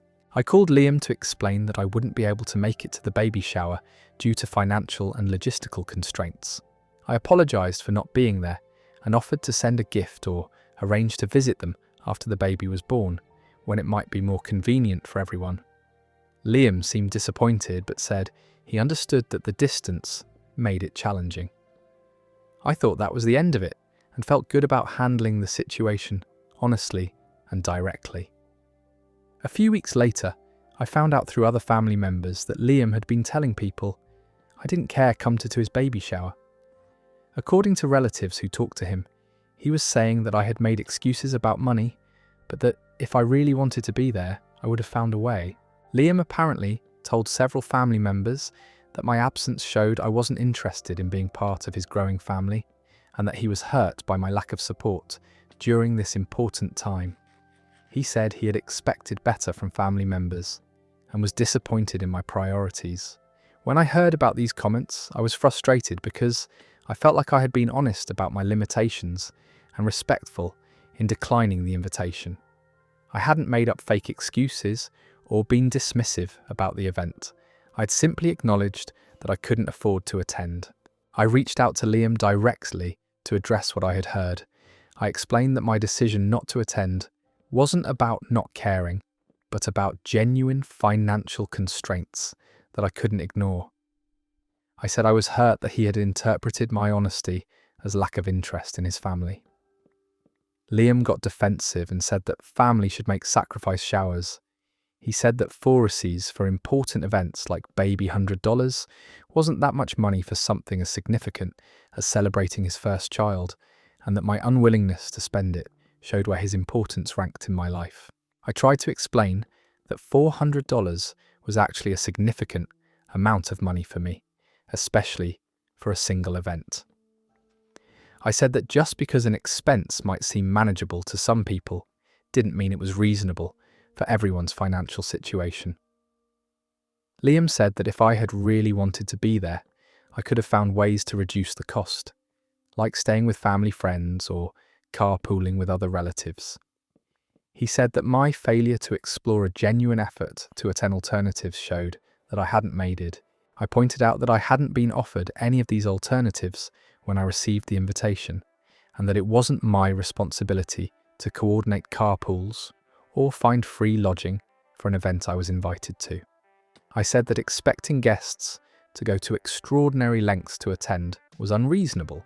The conversation ended badly with both of us feeling misunderstood and frustrated. Liam maintains that family members should prioritize important events regardless of cost, while I believe that people should be understanding when others have legitimate financial limitations. Other family members have gotten involved, with some supporting Liam's position that I should have made more effort to attend, and others agreeing that $400 is a lot to expect someone to spend on a baby shower. That story is over. Liam really expected his cousin to drop $400 on a baby shower and then got mad when honest financial constraints were explained.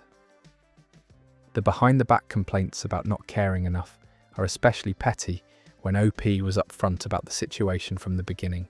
Some people think family obligation means everyone else should go broke for their celebrations. Moving on to a dinner situation that perfectly captures how bill splitting can reveal people's true colours. Am I the bad person for refusing to split the bill with friends? Last weekend, I went out to dinner with 5 friends to celebrate Sarah's promotion at work. We decided to try this trendy new restaurant that everyone had been talking about. I was excited to catch up with everyone and celebrate Sarah's success. When we looked at the menu, I immediately noticed that the prices were much higher than what I usually spend on dinner out. Most entrees were between $30 and $40, which was definitely outside of my comfortable spending range. I'm trying to save money for a vacation this summer and have been pretty careful about my dining expenses. I decided to order strategically to keep my costs reasonable. I got a side salad for $8 and a small appetizer for $12. I also only drank water instead of ordering alcohol or expensive drinks. My total food cost was $20, which felt manageable within my budget. My friends, on the other hand, went all out since this was a celebration dinner. They ordered multiple appetizers to share, expensive entrees, several rounds of cocktails, and even dessert. Everyone seemed to be enjoying themselves, and I was happy to celebrate with them even though I wasn't participating in all the food and drinks. When the bill came, someone immediately suggested that we just split it evenly 6 ways to make things simple. I looked at the total and realized that would mean each person paying about $75. This was almost 4 times what I had actually consumed. I politely said that I'd prefer to pay for just what I had ordered since I'd been careful to stay within my budget. I offered to calculate my portion, including tax and tip, which came to about $26 total. My friends seemed surprised by my request and said that splitting evenly was easier and more fair since we'd shared some appetizers. I pointed out that I hadn't eaten any of the shared appetizers and had specifically ordered only what I planned to eat myself. Sarah said that since this was her celebration dinner, everyone should contribute equally to making about individual It's special. She said that wore and took away from the celeb portions made the whole experience feel cheap-retry atmosphere. I explained that I absolutely wanted to celebrate Sarah's promotion, but that I had been upfront about ordering modestly because of my budget constraints. I said that paying $75 for $20 worth of food would be a real financial hardship for me.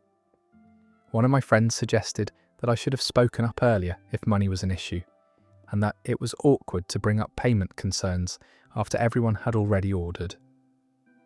She said that going out to expensive restaurants meant accepting that costs would be high. I reminded them that I hadn't chosen the restaurant, and that I had tried to participate in a way that worked for my budget. I said that I shouldn't be penalised for being responsible about my spending just because others chose to order more expensive items.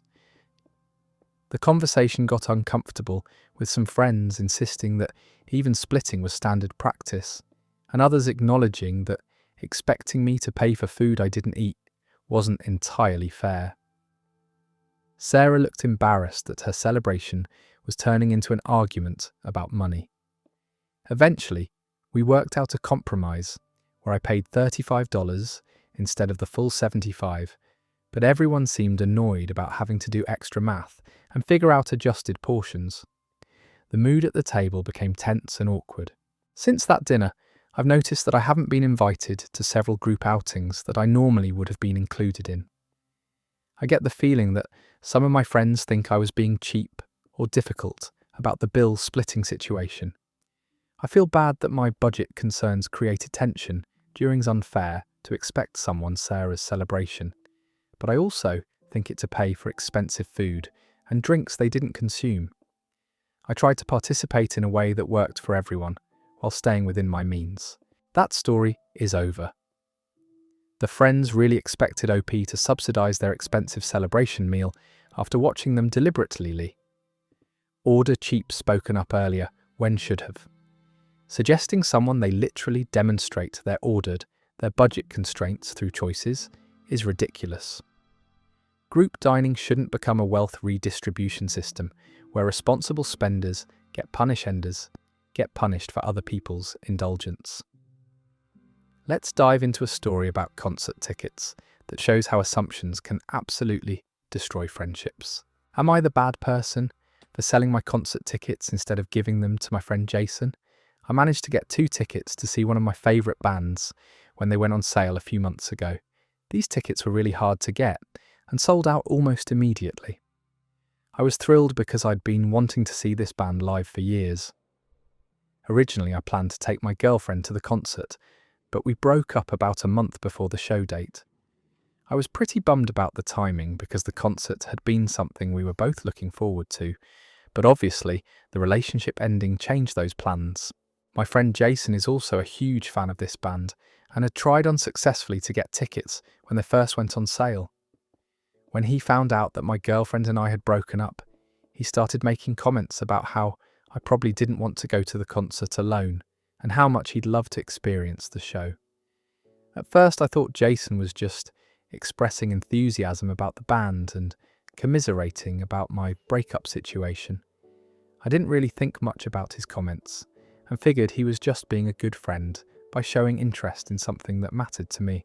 About 2 weeks before the concert, Jason asked me directly if I was planning to use both tickets or if I might want to bring him instead of going alone.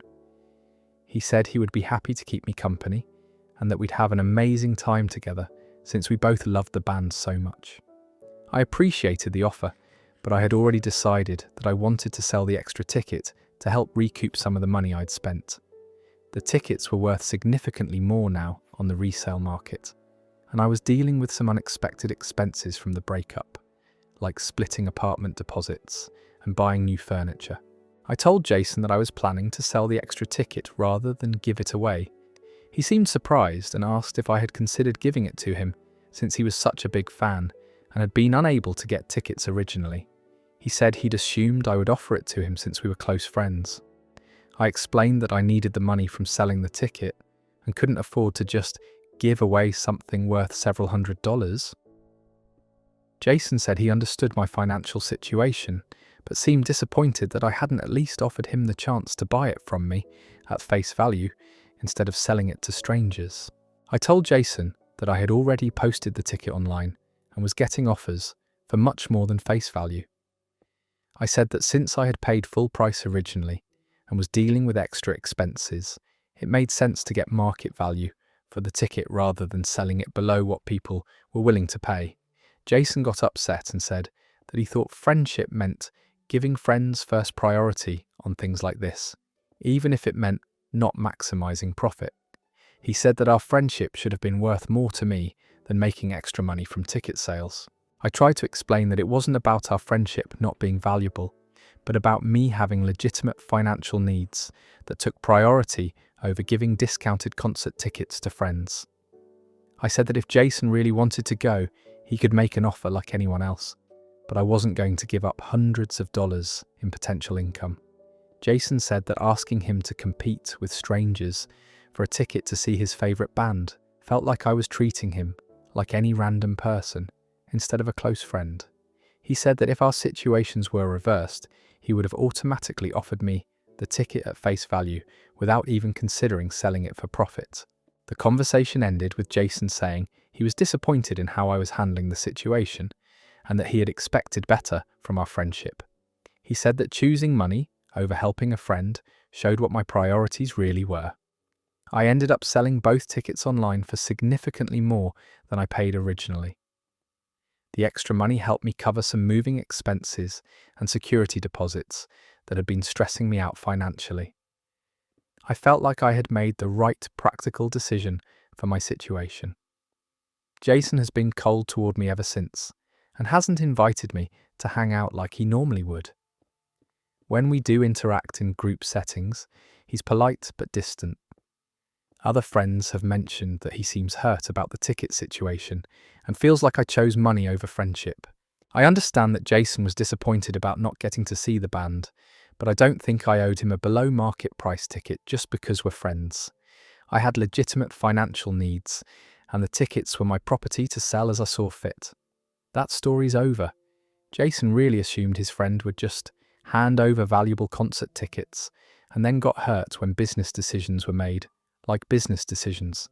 Expecting someone to eat hundreds of dollars in potential income because of friendship is pretty entitled, especially when they're dealing with breakup expenses. Friends don't automatically get dibs on your valuable possessions at discount prices. Moving into a story about early morning favours that tested the limits of sibling obligations. Am I the bad person for not taking my sister Anna to the airport? My sister Anna had a flight scheduled for 4:30 in the morning last Tuesday. She had booked this early flight because it was significantly cheaper than flights later in the day, and she was trying to save money on her vacation travel costs. Anna lives about 20 minutes away from me, and the airport is another 30 minutes from my house. This meant that to get her to the airport on time, I would need to leave my house around 3:15 in the morning, which would require me to wake up by 3 o'clock. About a week before her trip, Anna asked if I could drive her to the airport since her flight was so early.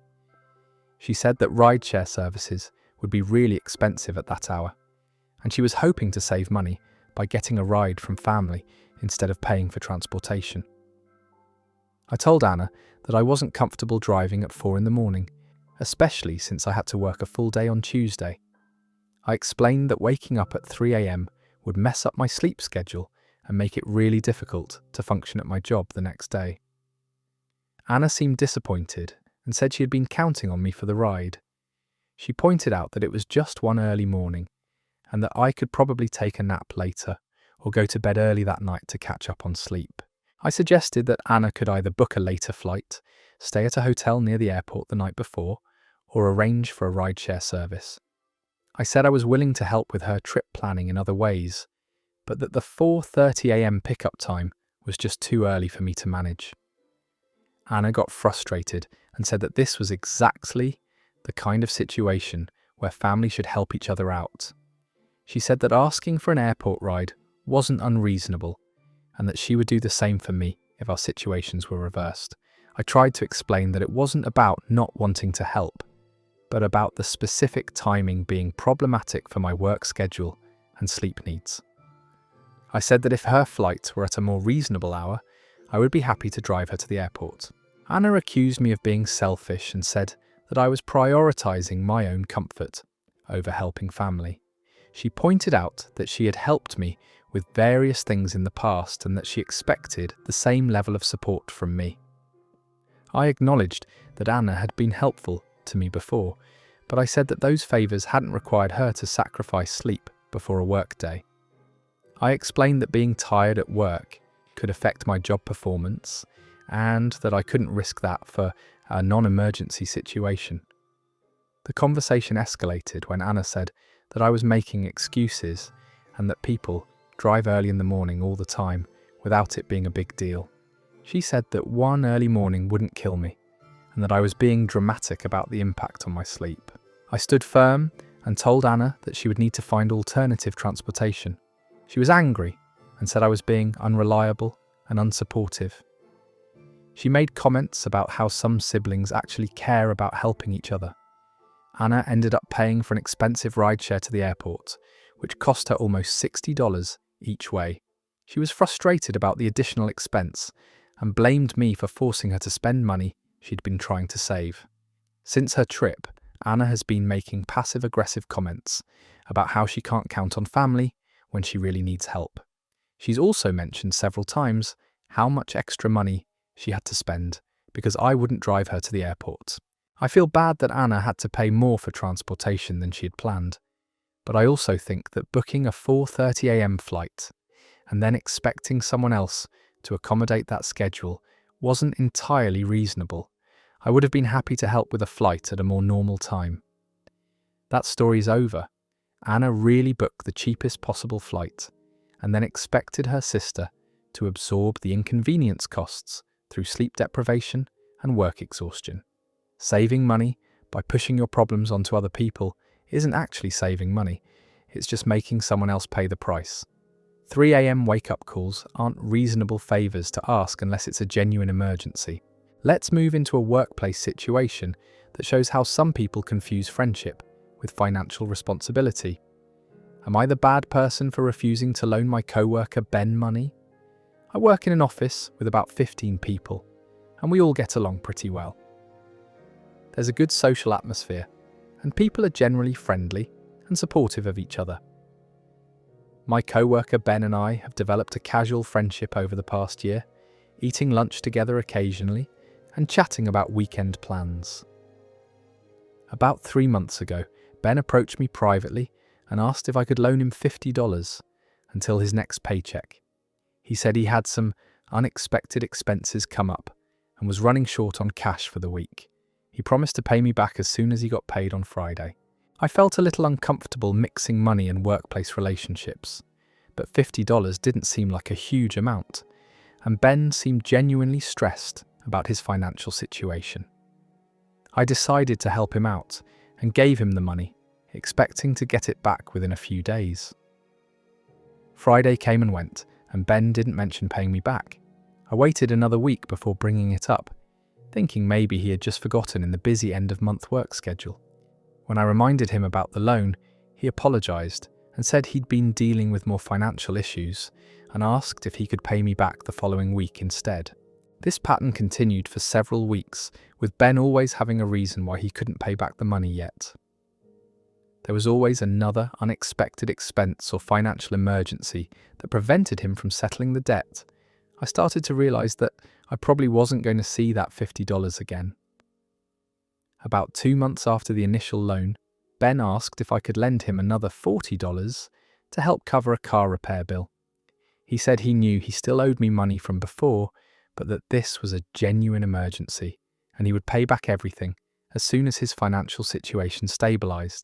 I told Ben that I wasn't comfortable lending him more money when he still hadn't paid back the first loan. I explained that I needed to be more careful about my own finances and couldn't keep lending money that wasn't being returned. Ben seemed surprised by my refusal and said he had thought we were friends. He pointed out that $40 wasn't a lot of money and that he really needed help with the car repair. He said that he had been planning to pay me back everything at once when he got a bonus he was expecting. I explained that it wasn't about the amount of money, but about the pattern of borrowing without repaying. I said that I had been patient about the first loan, but that I couldn't continue lending money indefinitely without seeing any progress on repayment. Ben got defensive and said that his financial problems were temporary and that I was being unsympathetic to his situation. He said that real friends help each other during difficult times and that my refusal showed I didn't really care about his well-being. I tried to explain that wanting to be repaid for loans wasn't the same as not caring about someone. I said that I had been understanding about the delayed repayment, but that I couldn't keep lending money when there was no clear plan for getting paid back. Since that conversation, Ben has been awkward around me at work. He stopped eating lunch with me and seems to avoid casual conversations like we used to have. When we do interact for work purposes, he's polite but cold. I've also noticed that Ben has asked several other co-workers for loans over the past few weeks. From what I can tell, he's using the same approach of asking for small amounts and promising quick repayment. Some people have helped him, while others have declined. Yesterday, one of my co-workers mentioned that Ben had told her I was being unreasonable about money and that he was disappointed in how I had handled his request for help. She said Ben had painted me as unsympathetic and unwilling to help a friend in need. I feel frustrated that Ben is talking about our private financial situation with other co-workers and portraying me negatively. I also feel like I was reasonable in my approach to the loan situation and that Ben's expectations were unrealistic. That story is over. Ben really turned borrowing money into a career path and then got mad when one person stopped funding his lifestyle. The fact that he's now working his way through the entire office asking for loans shows this was never about temporary emergencies. Some people treat other people's generosity like an unlimited credit line and then act shocked when the account gets closed. Moving on to a family birthday situation that shows how criticism can absolutely poison relationships. Am I the bad person for skipping my dad's birthday party? My relationship with my dad has always been complicated. He's very critical and judgmental person who finds fault with everything I do. He's constantly making comments about my appearance, my life choices, my career decisions, and basically anything else he can think of to criticize. Growing up with this kind of constant negativity really affected my self-esteem, and our relationship has never recovered. Every family gathering becomes an opportunity for my dad to point out what I'm doing wrong with my life. If I wear something new, he'll comment that I'm wasting money on clothes. If I don't dress up enough, he'll say I don't care about my appearance. If I talk about work, he'll find ways to criticize my career path or suggest I'm not working hard enough. Last month was my dad's 60th birthday, and my mum organised a big party at their house. She invited about 30 people, including extended family, family friends, and neighbours. It was clearly going to be a significant celebration, and my mum had put a lot of effort into planning everything. In the weeks leading up to the party, I was dreading having to attend. I knew my dad would find multiple opportunities throughout the evening to make cutting remarks about my life in front of all the guests. Family parties are when he really seems to enjoy putting me down publicly. Maybe because he has a bigger audience. The final straw came 2 weeks before the party, when I was at their house helping my mum with some preparation work. My dad made several comments about how I looked tired, how I should probably exercise more, and how my career wasn't progressing as fast as it should be for someone my age. Then he started telling my mum that she shouldn't expect too much help from me because I was probably too busy with my own social life to care about family obligations. I left their house feeling angry and hurt, like I always do after spending time with my dad. I decided that I didn't want to subject myself to an entire evening of his criticism, especially in front of a room full of people who would witness him tearing me down. I called my mum the next day and told her I wouldn't be attending the birthday party. I explained that I was tired of being my dad's verbal punching bag and that I didn't want to spend his special day being criticised and made to feel bad about myself. I said I hoped he had a wonderful celebration, but that I needed to protect my own mental health. My mum was upset and said that missing my dad's 60th birthday would hurt his feelings and create family drama. She said that everyone would notice my absence and ask questions about why I wasn't there. She begged me to reconsider and just try to avoid conflict during the party. I told my mum that I had tried to avoid conflict for years by staying quiet when my dad criticised me, but that it never stopped him from continuing the behaviour. I said that I wasn't willing to be his target anymore, even for special occasions. My mum said I was being selfish, and that family means showing up for important events, even when relationships are difficult. She said that my dad loves me despite his critical nature, and that my absence would genuinely hurt him on his birthday. I stood firm in my decision and didn't attend the party. According to family members who were there, my dad did notice my absence and seemed disappointed that I wasn't there to celebrate with him. Several relatives asked where I was, and my parents had to make excuses about me being busy with work. Since the party, I've been getting calls and texts from various family members telling me that I was wrong to skip my dad's milestone birthday. They say that family comes first and that I should have put aside my personal issues for one evening to honour my father. My dad hasn't reached out to me directly, but I've heard through others that he's hurt and confused about why I didn't come to his party. Apparently, he doesn't understand why I would choose to miss such an important family celebration over what he considers minor disagreements. Some relatives think I was justified in protecting myself from his criticism, while others believe that missing a parent's 60th birthday crosses a line regardless of relationship problems. The family is somewhat divided on whether my decision was reasonable or hurtful. I feel guilty about missing the party and potentially hurting my dad's feelings, but I also feel relieved that I didn't have to endure another evening of being criticised in front of everyone. I'm not sure if I handled the situation correctly or if there was a better way to deal with my dad's behaviour. That story is over. Sometimes protecting your mental health means disappointing people who've spent years chipping away at your confidence. Dad spent decades making OP feel terrible about themselves and then acted shocked when that finally had consequences. Missing one party to avoid public humiliation isn't selfish, it's survival. The relatives saying family comes first should ask why Dad never put family first when choosing his words. Moving on to another situation about borrowed items that got damaged and created a friendship standoff. Am I the bad person for asking my friend Mia to replace my headphones? I have a really nice pair of wireless headphones that I saved up for months to buy. They cost about $200, which was a significant purchase for me as a college student. I use them constantly for studying, working out, and just general music listening.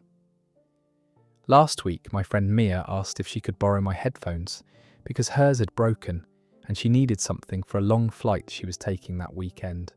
I was hesitant because these headphones are expensive and important to me, but Mia assured me she would be super careful with them. I decided to let her borrow them because we've been friends for a few years and I trusted her to take care of my stuff. I emphasized how much the headphones meant to me and asked her to please be extra careful since they were expensive and hard to replace. Mia took the headphones on her trip and was supposed to return them when she got back on Monday. When she brought them back to me, I immediately noticed that one of the ear cups was cracked and the adjustment mechanism was loose. The headphones still worked, but they were clearly damaged. When I pointed out the damage, Mia looked surprised and said she hadn't noticed anything wrong with them. She said they must have gotten damaged during her flight, maybe when she put them in the overhead compartment or took them out of her bag. I asked Mia what exactly had happened to cause the damage, and she became defensive. She said that accidents happen and that she hadn't done anything careless or irresponsible with my headphones. She claimed the damage was just normal wear and tear from travelling. I explained that these headphones had been in perfect condition when I lent them to her, and that the damage was definitely not normal wear and tear. The crack in the plastic and the loose adjustment mechanism were clearly the result of impact or rough handling. Mia said she felt bad that the headphones got damaged, but that she couldn't be held responsible for every little thing that might happen when borrowing someone's stuff. She said that when you lend things to friends, you have to accept that some risk is involved. I told Mia that I expected her to replace the headphones since she had damaged them while they were in her care. I explained that I couldn't afford to just absorb the loss of a $200 item because of someone else's carelessness. Mia seemed shocked that I was asking her to replace them. She said that the headphones still worked and that the cosmetic damage didn't affect their functionality. She argued that asking her to pay $200 for headphones that were still usable was unreasonable. I pointed out that the damage significantly reduced the value of my headphones and that I shouldn't have to keep damaged items just because someone else broke them. I said that if she had been more careful, this wouldn't have happened in the first place. Mia got upset and said I was being materialistic and that our friendship should be more important than some headphones. She said that accidents happen and that real friends don't demand payment when go wrong, and to explain that it things intentionally. I try wasn't about valuing objects over friendship, but about taking responsibility when you damage someone else's property. I said that a real friend would want to make things right when they accidentally broke something expensive. The conversation ended with Mia saying she couldn't afford to replace the headphones and that she thought I was being unreasonable. She said she had been careful and that the damage wasn't her fault, so she shouldn't have to pay for new ones. Since then, Mia has been avoiding me and seems angry whenever we interact in group settings. She's been telling mutual friends that I'm being greedy and materialistic over some minor damage to headphones that still work fine. Other friends are divided on the situation. Some think Mia should replace the headphones since she was responsible for them when they got damaged. Others think I'm being too harsh since it was an accident and the headphones are still functional. That story is over. Mia really borrowed expensive electronics and then acted like normal wear and tear includes cracking plastic and breaking adjustment mechanisms. The whole accidents happen defense falls apart when you refuse to take responsibility for those accidents. Borrowing someone's prized possession comes with the understanding that you'll make it right if something goes wrong, not shrug and say friendship should cover the cost. Let's move into a neighbourhood situation where a simple request became a major guilt trip. Am I the bad person for not watching my neighbour's dog?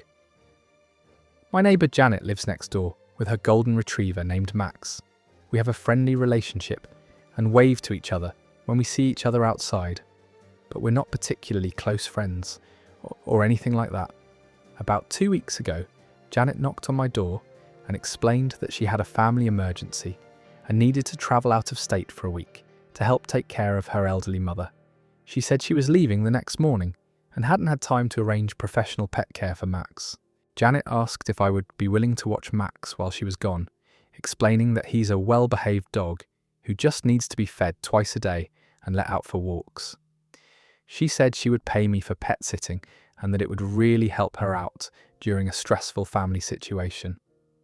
I felt bad for Janet's family emergency, but I had to tell her that I couldn't commit to watching Max for an entire week. I work full-time and have my own responsibilities that make it difficult to take care of someone else's pet, especially on such short notice. I explained that I travel for work sometimes and wouldn't be able to guarantee that I'd be home consistently enough to properly care for a dog.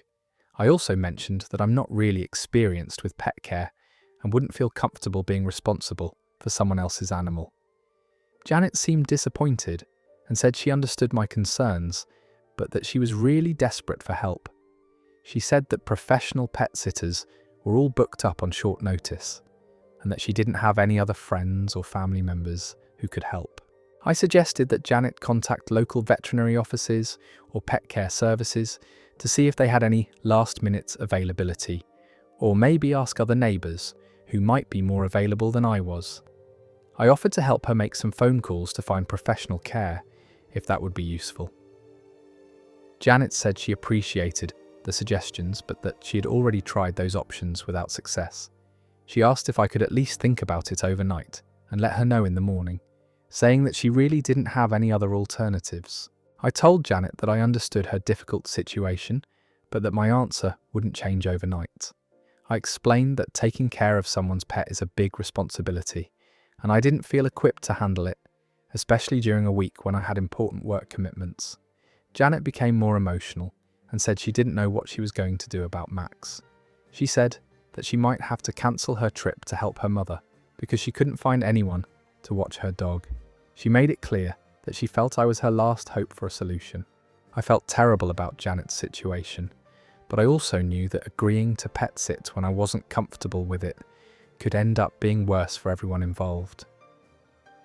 I told her I was sorry, but that I couldn't help with dog watching, and I hoped she would find another solution. Janet left looking upset and frustrated.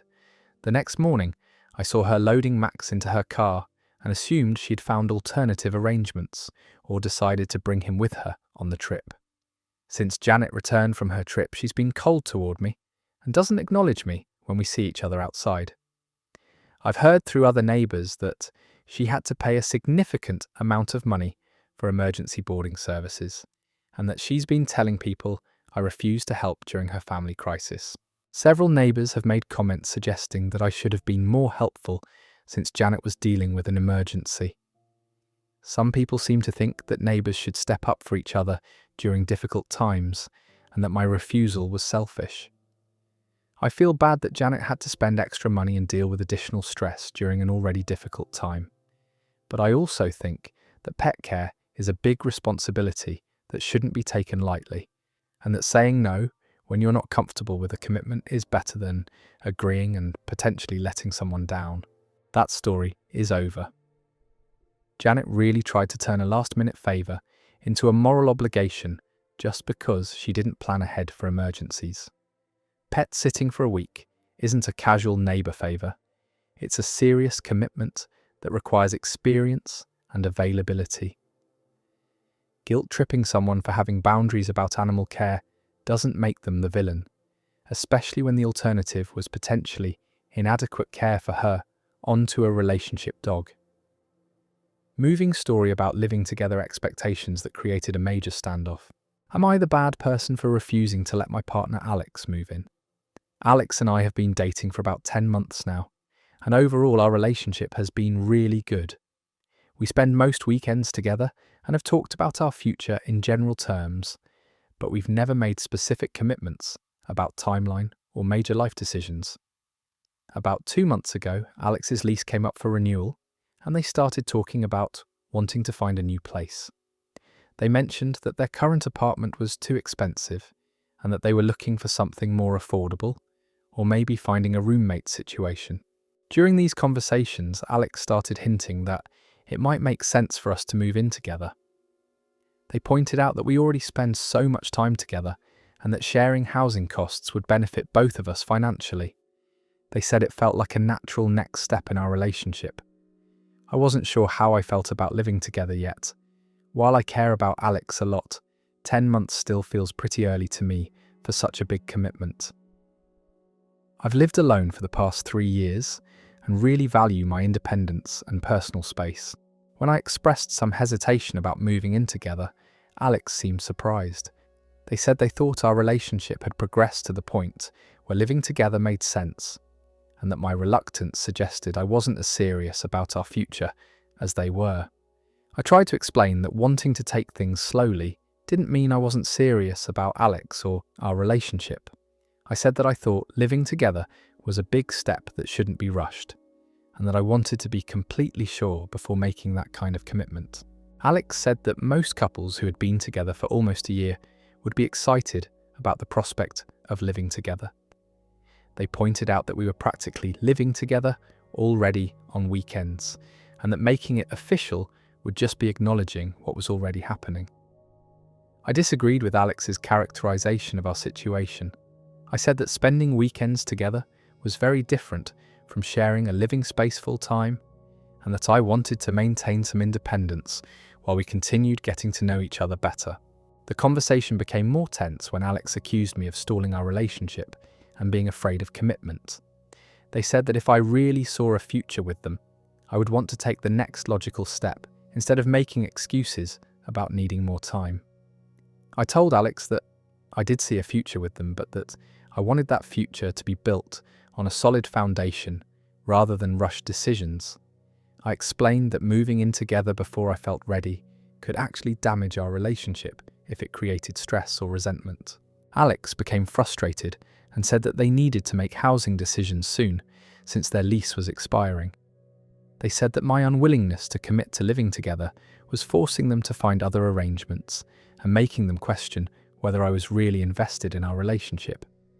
I understood that Alex was facing a deadline for housing decisions, but I maintained that I wasn't ready to live together yet. I offered to help them look for other housing options and said that we could revisit the conversation about living together in a few more months. Alex was clearly disappointed and said they felt like I was rejecting them and our relationship by refusing to take this step. They signed a lease for a different apartment by themselves, but they've been distant and somewhat resentful since making that decision. Our relationship has been strained since this conversation, with Alex making comments about how some people are more willing to commit than others. They've also been less available for spending time together and seem to be pulling back emotionally. I'm starting to wonder if I made a mistake by not agreeing to live together when Alex wanted to. Maybe I was being overly cautious about something that could have strengthened our relationship rather than created problems. Some friends think I was right to stick to my timeline and not be pressured into a big commitment before I felt ready. Others think that refusing to live together after 10 months of dating sends a message that I'm not serious about the relationship's future. That story is over. Alex really tried to turn a housing deadline into relationship pressure and then got mad when it didn't work. 10 months isn't actually that long to date before moving in together, and using lease expiration as leverage to force commitment. Someone is manip who truly cares about your comfort level wouldn't try to guilt you into major life decisions just because their timeline doesn't match yours. Let's dive into a wedding situation where family financial expectations got completely out of hand. Am I the bad person for not helping my sister Emily with her wedding costs? My sister Emily got engaged 6 months ago and has been planning what she calls her dream wedding ever since. She's always been the type of person who wants everything to be perfect and expensive, and her wedding planning has definitely reflected those tendencies. Emily has been talking about her wedding constantly, sharing details about the venue, the dress, the catering, and all the other elements she's planning. From what she's described, this is going to be a very expensive celebration, with costs that seem way beyond what she and her fiancé can actually afford. About 2 months ago, Emily sat me down and explained that the wedding costs were higher than she had originally budgeted for, She said that everything was more expensive than expected and that she and her fiancé were struggling to cover all the expenses they had committed to. Emily asked if I would be willing to contribute financially to help make her dream wedding possible. She said that family traditionally helps with wedding costs and that my contribution would mean the world to her during this special time in her life. When I asked how much money she was hoping I would contribute, Emily said she was hoping each family member could chip in about $3,000. She explained that with contributions from parents, siblings, and close relatives, they could cover the shortfall and have the wedding they really wanted. I was shocked by the amount Emily was requesting. $3,000 is a significant amount of money for me, and I hadn't been expecting such a large financial request. I told Emily that I needed time to think about her request and consider my own financial situation. Over the next few days, I thought about Emily's request and realised that I simply couldn't afford to contribute $3,000 to someone else's wedding. I have my own financial goals and responsibilities, including student loans and saving for my own future. I also felt uncomfortable with Emily's assumption that family members should fund her expensive wedding choices. She had made decisions about venue and catering costs without considering whether other people could afford to help pay for those choices. When I told Emily that I couldn't contribute the amount she was asking for, she became upset. I offered to help with a smaller amount, maybe a few $100s, but Emily said that wouldn't be enough to make a difference in covering their shortfall. Emily accused me of not caring about her happiness and said that my refusal to help was forcing her to scale back her wedding plans. She said that she had been counting on family support and felt betrayed by my unwillingness to contribute. I tried to explain that wanting to help and being able to afford large contributions were two different things. I said that I was excited about her wedding and wanted to celebrate with her, but that I couldn't take on debt to fund someone else's celebration. Emily said that $3,000 wasn't that much money spread out over several months, and that if I really wanted to help, I could find ways to make it work. She suggested I could cut back on other expenses or put the contribution on a credit card. I told Emily that going into debt to pay for her wedding wasn't financially responsible for me, and that her wedding costs shouldn't become other people's financial burden. I said that if the wedding was too expensive, maybe she should consider more affordable options. Emily became angry and said I was being selfish and unsupportive. She said that weddings were once-in-a-lifetime events that deserved special investment from people who claim to care about the bride and groom. Since our conversation, Emily has been cold toward me and makes passive-aggressive comments about family members who don't support each other during important life events. She's also been telling other relatives about my refusal to contribute, trying to pressure me to change my mind. The wedding is still several months away, but Emily continues to bring up the financial contribution whenever we interact. She seems to believe that I'll eventually give in and provide the money she's asking for. That story is over. Emily really planned a wedding she couldn't afford, and then expected family members to go into debt to fund her fantasy celebration. $3,000 isn't pocket change just because you spread it over a few months. The entitlement of assuming people will put wedding contributions on credit cards shows she's completely disconnected from financial reality. Sometimes dream weddings need to meet budget reality. Moving into a situation about temporary house guests who decided temporary was more of a guideline than a rule. Am I the bad person for asking my brother-in-law Tom to leave my house? Tom is married to my sister and has always been a decent guy, though he's never been particularly responsible about planning or managing his life. He tends to make impulsive decisions and then rely on family members to help him deal with the consequences. About 4 months ago, Tom lost his job when the construction company he worked for went out of business. He and my sister were living paycheck to paycheck, and losing his income put them in a really difficult financial position almost immediately. Tom came to me and asked if he could stay at my house temporarily while he looked for new work. He said that he and my sister were facing eviction and needed to save money on rent while he got back on his feet. He promised it would just be for a few days, maybe a week at most. I felt bad for Tom and my sister's situation, so I agreed to let him stay in my guest room for a short period.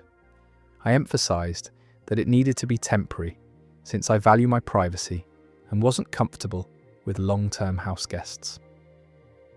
Tom moved in with a small bag of clothes and assured me that he would be actively looking for work and would be out of my house as soon as possible. He said he appreciated the help and didn't want to overstay his welcome or create any inconvenience for me. The first week went fine, with Tom keeping to himself and spending most of his time applying for jobs online or going to interviews. He was polite and respectful, and I thought the arrangement was working out as planned. But after 2 weeks, Tom seemed to settle in more permanently. He started using my kitchen more frequently, leaving his belongings around the house and acting like he lived there rather than just staying temporarily. When I asked about his job search progress, he said he was still looking but hadn't found anything yet.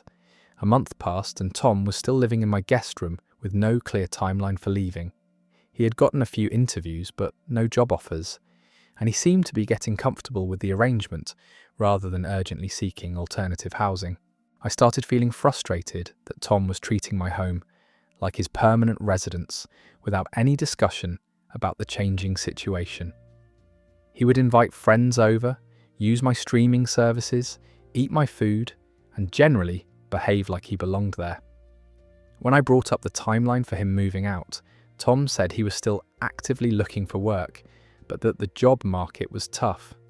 He said he appreciated my patience and promised he would leave as soon as he found employment and could afford his own place. 2 more months passed and Tom was still living with me. He'd gotten a part-time job, but claimed it didn't pay enough for him to afford rent anywhere.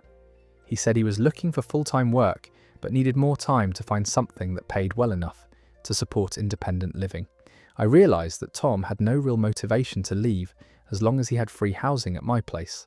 He was contributing minimally to household expenses and seemed content to stay indefinitely, while claiming he was working toward moving out. Last week I told Tom that he needed to find alternative housing within 30 days, regardless of his employment situation. I explained that 4 months was far beyond the temporary arrangement we had originally agreed to, and that I needed my space back. Tom seemed surprised and hurt by my request. He said he thought I understood that finding work and saving money takes time, and that asking him to leave before he was financially stable was putting him in a difficult position. I reminded Tom that he had originally said he would stay for just a few days, and that 4 months of free housing was already more generous than I had intended to provide. I said that his housing situation wasn't my responsibility to solve indefinitely. Tom accused me of being unsympathetic to his struggles and said that family should support each other during difficult times. He said that asking him to leave when he couldn't afford rent elsewhere was essentially making him homeless. I told Tom that I had been supportive for 4 months, but that I needed to prioritise my own living situation and peace of mind. I said that 30 days was reasonable notice for him to find alternative arrangements, whether that meant staying with other family members or finding affordable housing. Tom has been sulking around the house and making passive-aggressive comments about fair-weather family members. My sister has also been calling me to ask if Tom can stay longer, saying that they're still struggling financially and don't have other options. That story is over. Tom really turned a few days into 4 months and then acted shocked when reality arrived with eviction papers. The classic move of getting comfortable and hoping the temporary host will just accept the new permanent situation. Once someone starts inviting friends over to your guest room, they've definitely crossed the line from grateful temporary visitor to entitled long-term resident. Moving on to a technology situation where assumptions about generosity created unexpected conflict. Am I the bad person for not giving my brother Josh my old laptop? I recently upgraded my laptop to a newer model that I needed for work purposes. My old laptop is about 3 years old, but still works perfectly fine for basic tasks like web browsing, word processing, and streaming videos. When my brother Josh found out that I had gotten a new laptop, he immediately assumed that I would give him my old one. He started talking about how much he needed a laptop for school and how perfect the timing was since I had just upgraded. He seemed to think it was a foregone conclusion that I would just hand it over to him. Josh is a college student and has been using the family computer at our parents' house for his schoolwork. He's been complaining for months about how inconvenient it is to share a computer with everyone else, and how he really needs his own laptop to be more productive with his studies. I understood Josh's frustration with sharing a computer, but I had been planning to sell my old laptop to help offset the cost of my new one. The laptop is still worth about $600 on the resale market, and I had already started researching where I could get the best price for it. When Josh brought up wanting my old laptop, I told him that I was planning to sell it rather than give it away. He seemed surprised and asked if I would consider giving it to him instead, since he was family and really needed it for school. I explained to Josh that I had spent a significant amount of money on my new laptop and was counting on selling the old one to help with those costs. I said that $600 was too much money for me to just give away, even to a family member. Josh got upset and said he couldn't believe I would prioritize making money over helping my brother succeed in school. He said that family should help each other and that selling my laptop to strangers instead of giving it to him showed wrong priorities. I tried to explain that it wasn't about not wanting to help Josh, but about my own financial needs and planning. I said that I had budgeted the laptop sale into my finances and couldn't afford to just give away something worth that much money. Josh argued that I didn't really need the $600 since I'd been able to afford a new laptop in the first place. He said that the money would make a bigger difference in his life as a struggling college student than it would in mine as a working adult. I pointed out that just because I could afford to buy a new laptop didn't mean I had unlimited money to give away. I explained that I had saved carefully for the new laptop and was planning to use the sale of the old one to replenish my savings account. Josh accused me of being selfish and said that most siblings would automatically give their old electronics to family members who needed them. He said that asking a college student to pay $600 for a laptop was unreasonable when I could easily afford to just give it to him. I offered to give Josh a family discount and sell him the laptop for $400 instead of the full market value. I thought this was a fair compromise that would help him while still allowing me to recoup some of my costs. Josh rejected this offer and said that any amount was too much to ask from a family member. He said that the laptop was just sitting there unused and that I was being greedy by trying to profit from something I wasn't even using anymore. I reminded Josh that the laptop wasn't sitting unused. It was a valuable item that I owned and had the right to sell. I said that expecting me to give away $600 worth of property just because we were related wasn't reasonable. The argument escalated when Josh started telling other family members that I was refusing to help him with school by withholding a laptop he desperately needed. He painted the situation like I was being cruel and selfish instead of acknowledging that I had offered him a discounted price. Our parents got involved and said they thought I should just give Josh the laptop since I didn't need it anymore, and he was struggling as a student. They said that family should help each other and that holding on to money shouldn't be more important than Josh's education. I felt frustrated that everyone was acting like I was obligated to give away valuable property just because I had upgraded to something newer. I explained that selling the laptop was part of my financial planning and that Josh could get financial aid or work part-time if he needed money for school supplies.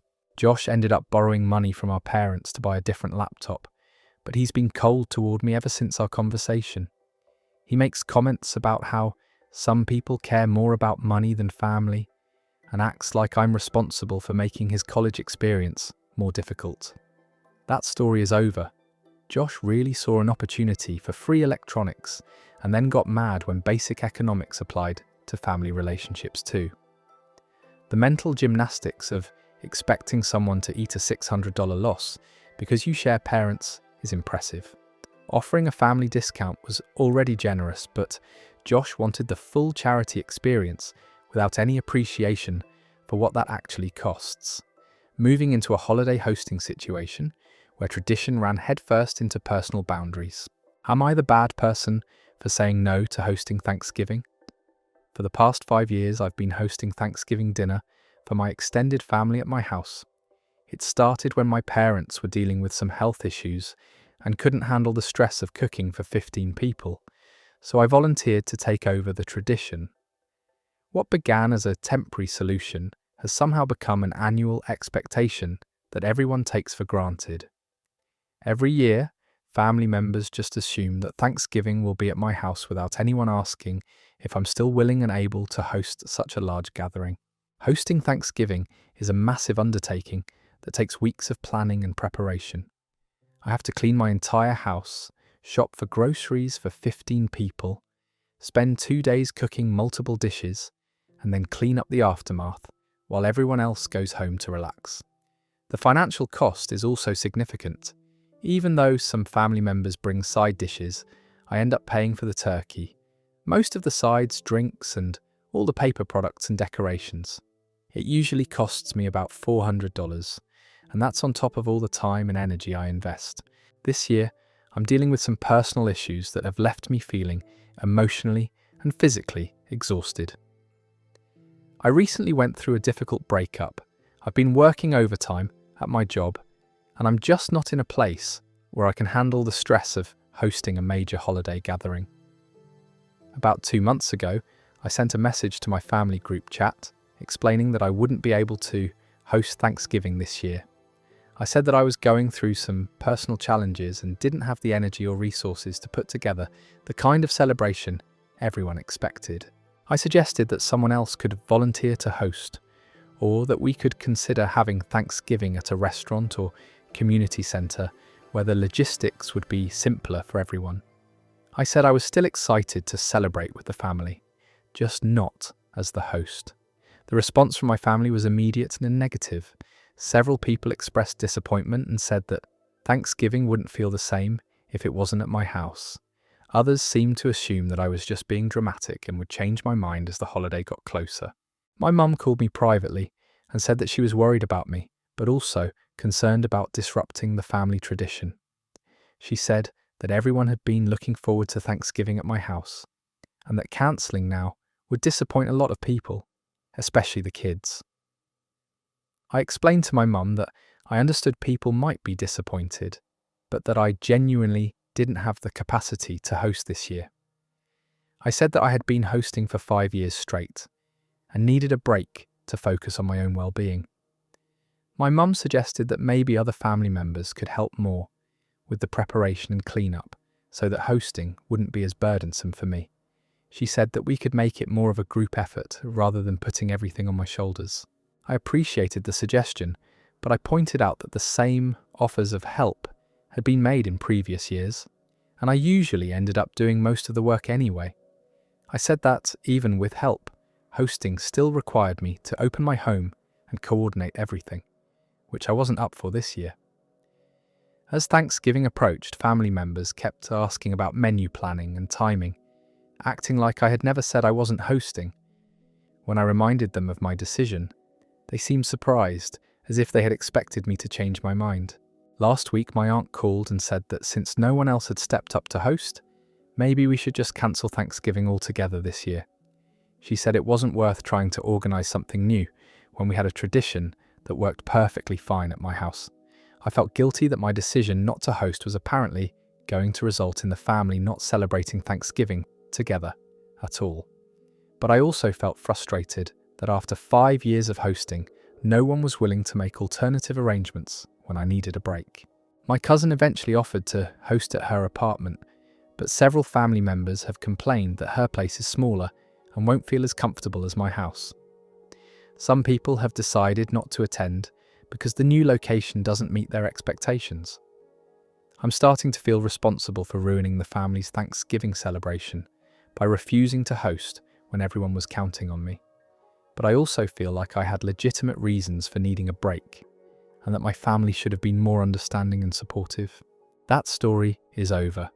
5 years of free labour and $400 grocery bills, and the family acts like asking for 1 year off is basically cancelling Christmas forever. The fact that nobody wanted to step up when hosting became unavailable shows exactly how much they appreciated all that work. Sometimes you have to disappoint people to avoid completely burning yourself out, especially when those people have gotten way too comfortable with your generosity. Moving into a car borrowing situation that showed how quickly trust issues can develop between friends. Am I the bad person for refusing to lend my friend Sarah my car? Sarah and I have been friends for about 3 years, and we generally have a good relationship. She's going through a difficult time right now because her car broke down and she can't afford to get it repaired immediately. Sarah has been relying on rideshare services and public transportation to get around, which has been expensive and inconvenient for her. She's been stressed about the logistics of getting to work and handling other responsibilities without reliable transportation. Last week, Sarah asked if she could borrow my car for a few days while she figured out her transportation situation. She said she would be incredibly careful with it and promised to pay for gas and any other expenses that came up while she was using it. I felt bad for Sarah's situation, but I had serious concerns about lending her my car. The main issue is that Sarah doesn't have car insurance. Her policy lapsed a few months ago when she was having financial problems, and she hasn't been able to renew it yet. When I asked Sarah about insurance, she said that my car insurance would cover her as long as she had my permission to drive the vehicle. She seemed confident that this arrangement would protect both of us if anything happened while she was driving. I wasn't comfortable with Sarah's understanding of how car insurance works. I did some research and found that while my insurance might provide some coverage, I could still be held liable for damages or accidents that occurred while someone else was driving my car. I also learned that if Sarah got into an accident while driving my car, it could affect my insurance rates and claims history, even if she was technically covered. The potential financial consequences for me seemed too risky to ignore.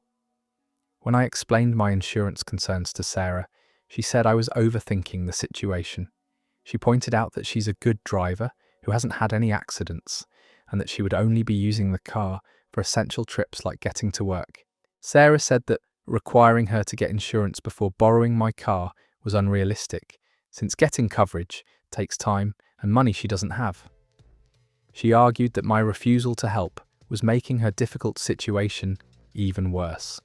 I tried to explain that it wasn't about not trusting Sarah's driving skills, but about protecting both of us from potential financial liability.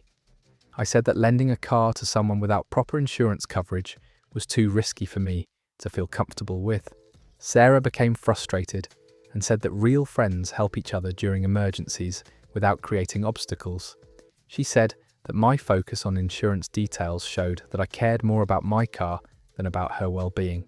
I offered to help Sarah in other ways, like giving her rides when I was available or helping her research affordable car repair options.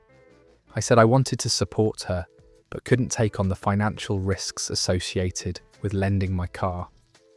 Sarah rejected these alternative offers and said that what she really needed was access to reliable transportation, not occasional rides. She said that my refusal to lend her my car was forcing her to spend money on ride shares that she couldn't afford.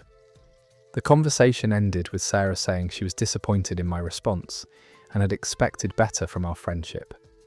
She said that she would remember my unwillingness to help when she was really struggling. Since then, Sarah has been distant and makes passive-aggressive comments about fair-weather friends who aren't there when you need them most. She's also been telling mutual friends about my refusal to lend her my car, painting me as unsympathetic to her transportation crisis. I feel bad that Sarah is struggling with transportation issues, but I also think that lending a car to someone without insurance was too financially risky for me to accept. I don't want our friendship to be damaged, but I also can't ignore potential consequences that could affect me long term. That story is over. Sarah really expected someone to hand over their car to an uninsured driver and then got mad when basic financial protection became an issue.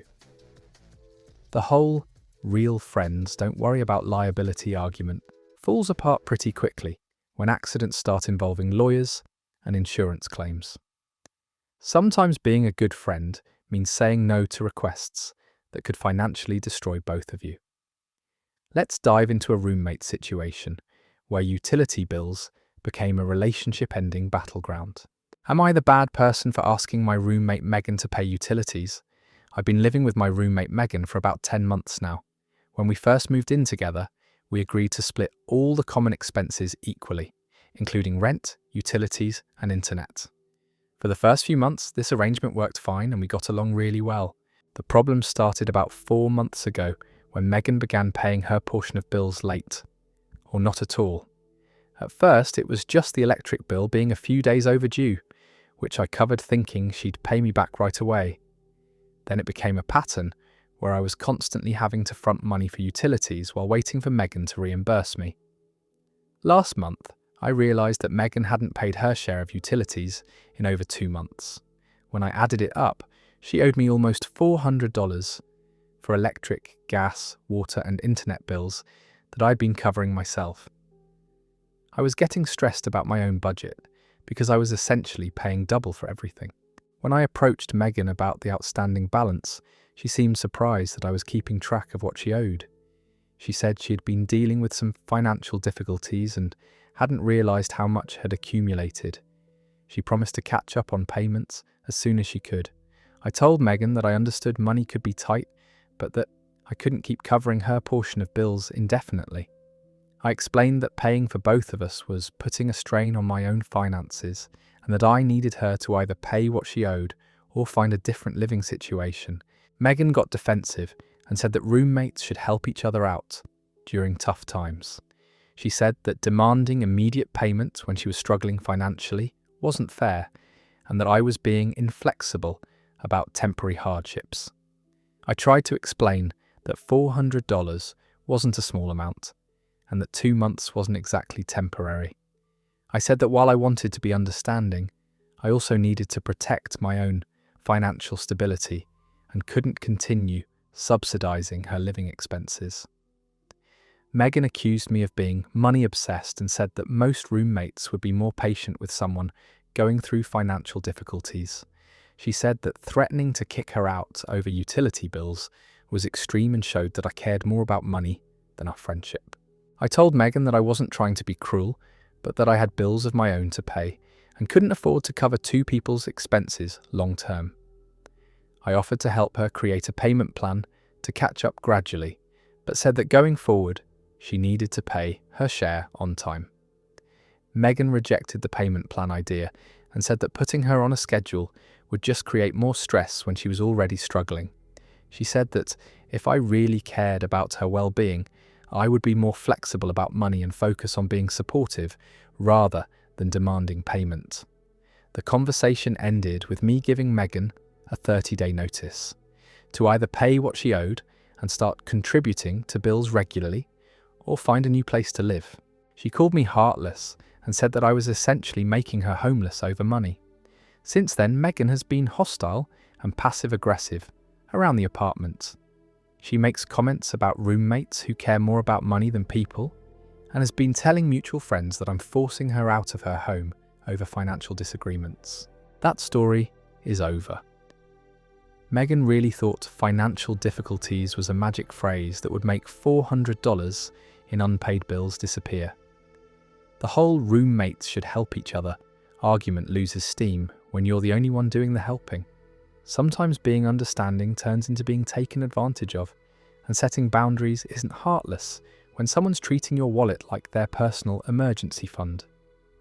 Moving into a graduation situation that shows how childhood trauma can follow you into adulthood.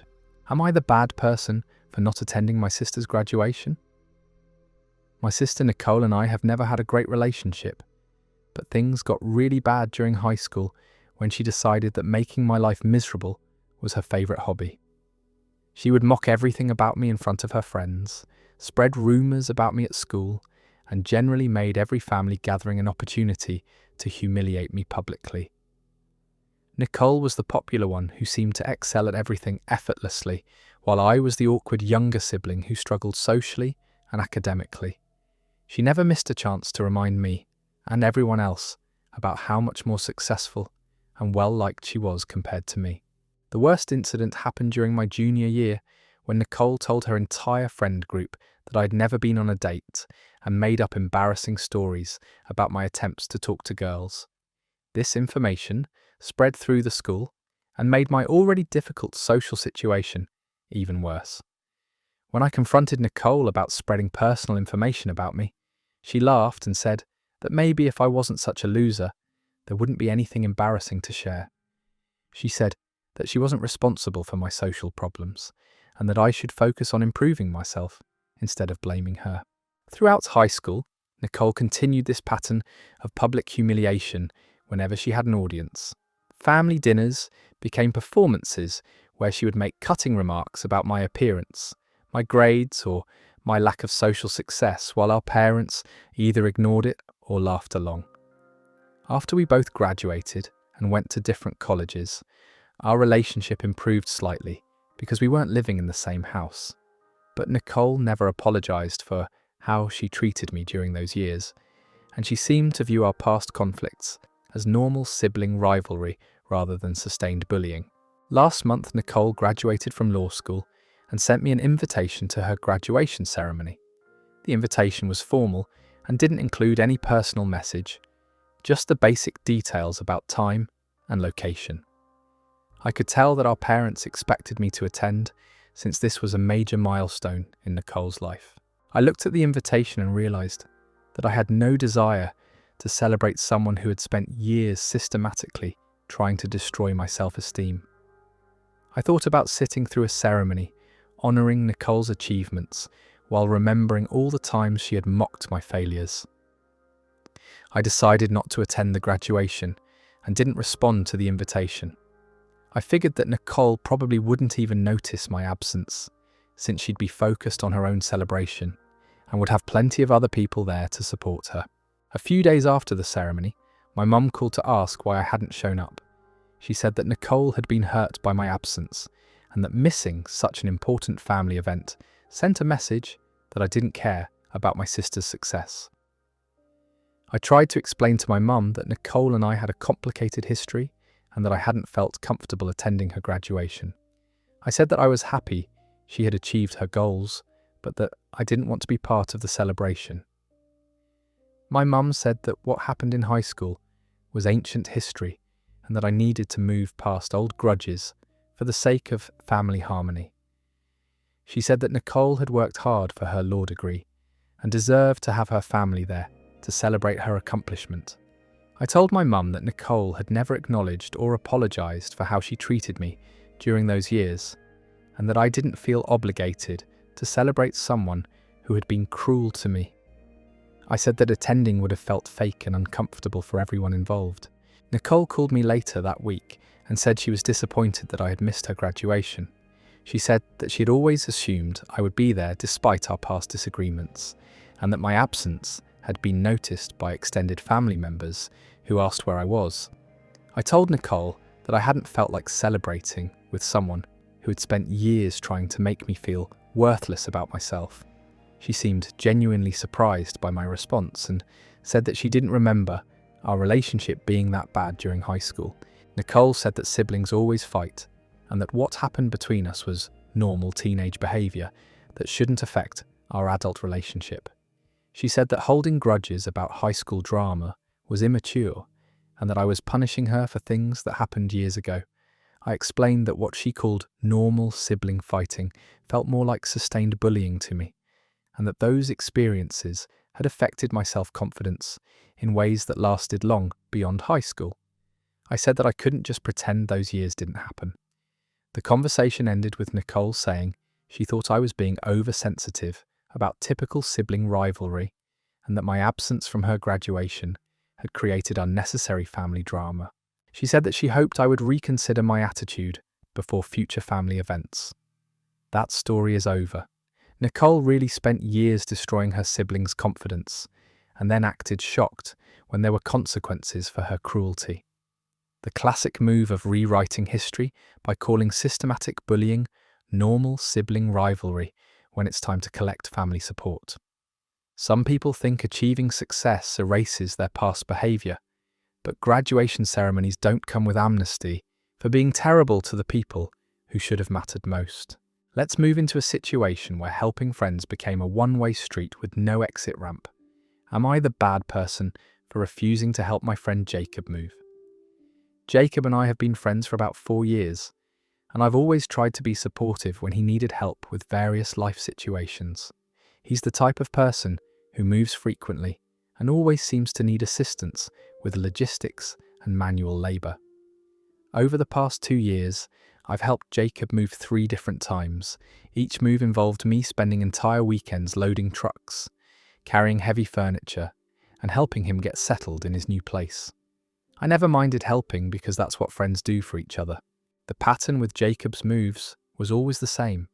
He'd ask for help at the last minute, usually just a few days before his move date. He'd promise it would be quick and easy, but it always ended up taking much longer than expected and involving more work than he'd initially described. Jacob never seemed to plan his moves very well. He'd wait until the last minute to pack, wouldn't have proper moving supplies, and would underestimate how much stuff he actually had. This meant that what should have been a 4-hour job would turn into a 12-hour ordeal. Last month, Jacob called me on a Wednesday and said he needed help moving that Saturday. He explained that he'd found a new apartment and had to be out of his current place by the weekend. He said he'd already asked several other friends, but they were all busy, and he was really counting on me to help him out. I told Jacob that I couldn't help him move on Saturday because I had been feeling sick all week and was trying to recover. I had come down with what felt like the flu and was still running a fever and feeling exhausted. I explained that I wasn't physically capable of lifting heavy furniture in my current condition. Jacob seemed frustrated by my response and said that he really needed my help since everyone else had already declined. He said that moving was stressful enough without having to worry about finding reliable help at the last minute. I suggested that Jacob could hire professional movers or ask family members to help instead.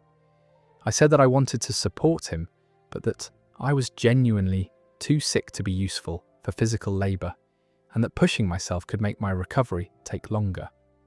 Jacob said that hiring movers was expensive and that his family lived too far away to help. He said that he had been counting on me, and that my refusal was putting him in a really difficult position. He made comments about how some friends are more reliable than others. I felt bad about not being able to help, but I also knew that trying to move heavy furniture while sick would be miserable for everyone involved. I offered to help Jacob in other ways, like researching moving companies or helping him organise his packing, but he said what he really needed was someone to help with the physical work. Jacob ended up finding other friends to help with his move, but he's been cold toward me ever since. He makes passive-aggressive comments about fair weather friends who aren't there when you really need them. He's also stopped inviting me to social gatherings like he used to. When I tried to talk to Jacob about the tension between us, he said that he was disappointed in how I had handled his moving situation. He said that he had helped me with things in the past and expected the same level of commitment from me when he needed support. I tried to explain that being sick wasn't the same as just not wanting to help, and that I would have been there for him if I'd been physically capable. Jacob said that everyone deals with minor illnesses and that I should have pushed through it for something as important as helping a friend move. The friendship has been strained ever since, with Jacob treating me like I'm unreliable despite years of helping him with various projects. I feel like one instance of being unavailable due to illness has overshadowed all the times I did show up for him. That story is over. Jacob really expected his friend to show up sick with the flu to carry furniture, and then got mad when basic human limitations applied. The phrase fair weather friend loses all meaning when you're the one who's been doing all the heavy lifting for years and finally had to say no once. Some people keep score of favours, but conveniently forget to count all the times you actually showed up. Moving into a work communication situation where boundary setting became a family emergency. Am I the bad person for not answering my mum's calls during work? I work in a busy office environment where I need to focus on my tasks and can't be constantly interrupted by personal calls. My mum has always been someone who calls frequently, but recently her calling pattern has become completely overwhelming. Last Tuesday was a particularly busy day at work because we were preparing for a major client presentation. I had meetings scheduled back to back and needed to finish several important documents before the end of the day. I put my phone on silent like I always do during work hours. Around lunchtime, I noticed that my mum had called me 6 times in the span of 2 hours. I couldn't step away from work to call her back immediately, but I sent her a quick text saying I was busy and would call her when I got home that evening. My mum responded to the text by calling me 3 more times over the next few hours. By the time I left work, I had 12 missed calls from her, along with several text messages asking why I wasn't answering and saying she needed to talk to me immediately. When I finally called my mum back that evening, she was furious. She said that she had been trying to reach me all day about an important family matter and couldn't believe that I had ignored her calls. She accused me of not caring about family when work was involved. I asked my mum what the important family matter was, expecting to hear about some kind of emergency or crisis that would explain her urgency. Instead, she said that she wanted to discuss plans for my cousin's birthday party next month and needed to know if I could help with decorations. I was confused about why party planning for an event that was still weeks away constituted an emergency that required 12 phone calls during my workday. I explained to my mum that I couldn't take personal calls while I was at the office and that non-urgent matters would have to wait until evening. My mum got defensive and said that she didn't know my work schedule and couldn't be expected to guess when I was available. She said that when she needs to talk to me, she shouldn't have to wait hours for a response just because I'm prioritizing my job over family. I tried to explain that having boundaries around work time didn't mean I was choosing my job over family, but that I needed to be professional during business hours. I said that if she had a genuine emergency, I would always make time to talk, but that routine conversations could wait.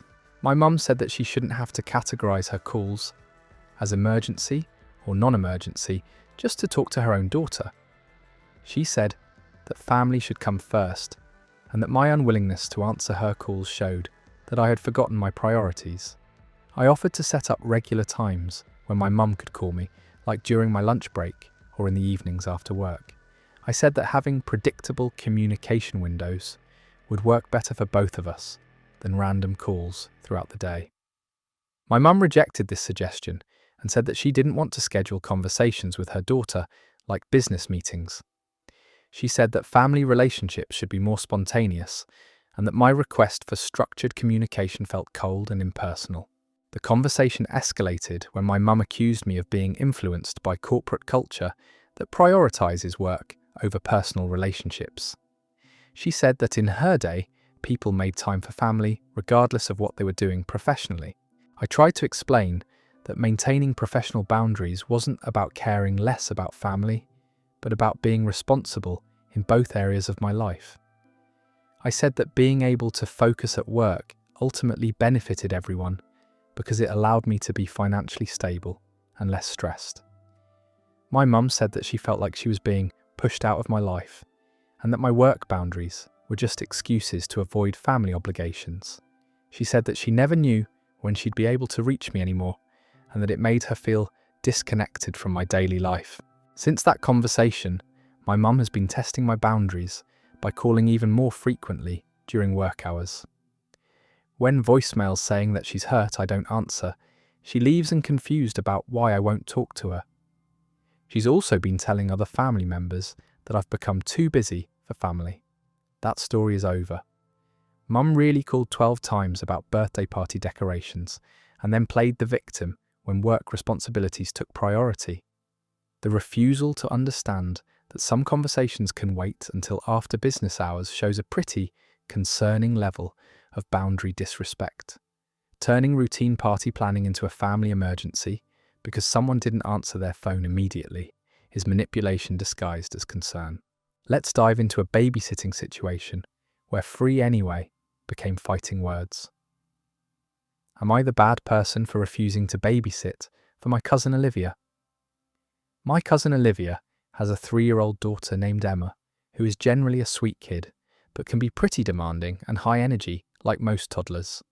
Olivia is a single mum who works part-time and occasionally needs childcare help from family members.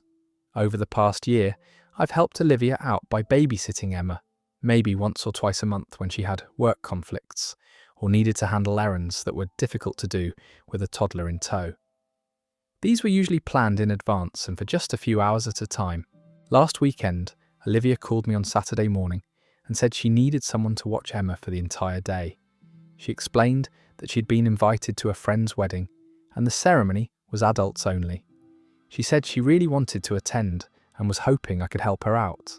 I told Olivia that I already had plans for Saturday and wouldn't be able to watch Emma for the whole day. I had promised to help my neighbour with some home improvement projects and couldn't back out of that commitment at the last minute. Olivia seemed surprised that I wasn't available and said that she had assumed I would be free since I don't have kids of my own. She said that people without children usually have more flexible schedules and should be able to help family members when needed. I explained that not having children doesn't mean I don't have my own commitments and responsibilities. I said that my weekend plans were just as important to me as her wedding attendance was to her, and that I couldn't always be available for last-minute childcare requests. Olivia got frustrated and said that this wedding was really important to her because she rarely gets to socialise with friends anymore. She said that being a single mum was isolating and that I should understand how much this event meant to her social well-being.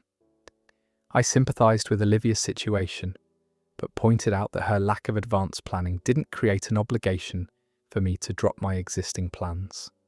I suggested that she could ask other family members or look into professional babysitting services for the day. Olivia said that other family members were either busy or lived too far away to help. She also complained that hiring a babysitter would be expensive and would eat into money she had been saving for other things. She said that asking family for free childcare was supposed to be one of the benefits of having relatives nearby. I told Olivia that I was usually happy to help when I could, but that I couldn't be her automatic backup plan for every social event. I said that having advance notice would make it much easier for me to accommodate her childcare needs in the future. Olivia accused me of being selfish and said that people without kids don't understand the sacrifices that parents have to make. She said that asking me to give up one day to help family wasn't unreasonable, especially since I was free anyway and didn't have important responsibilities like she did. The free anyway comment really bothered me because it implied that my time and commitments were less valuable than hers just because I don't have children. I told Olivia that my childlessness didn't make me a free babysitting service and that she needed to respect my schedule and plans. Olivia said I was being difficult and that she had expected better support from family during her challenging time as a single mother. She ended up missing the wedding because she couldn't find alternative childcare on such short notice. Since then, Olivia has been cold toward me and makes comments about family members who don't step up when needed. She's also stopped asking me to babysit Emma, which honestly feels like punishment for setting boundaries about my availability. That story's over. Olivia really said, "You're free anyway," and expected that to be a compelling argument for dropping everything to provide childcare. The idea that people without kids exist in some magical state of constant availability is insulting and shows zero respect for other people's lives and commitments. Last-minute wedding invitations don't create childcare emergencies for everyone else in the family. Moving into an academic situation where sharing knowledge became a friendship-ending disagreement.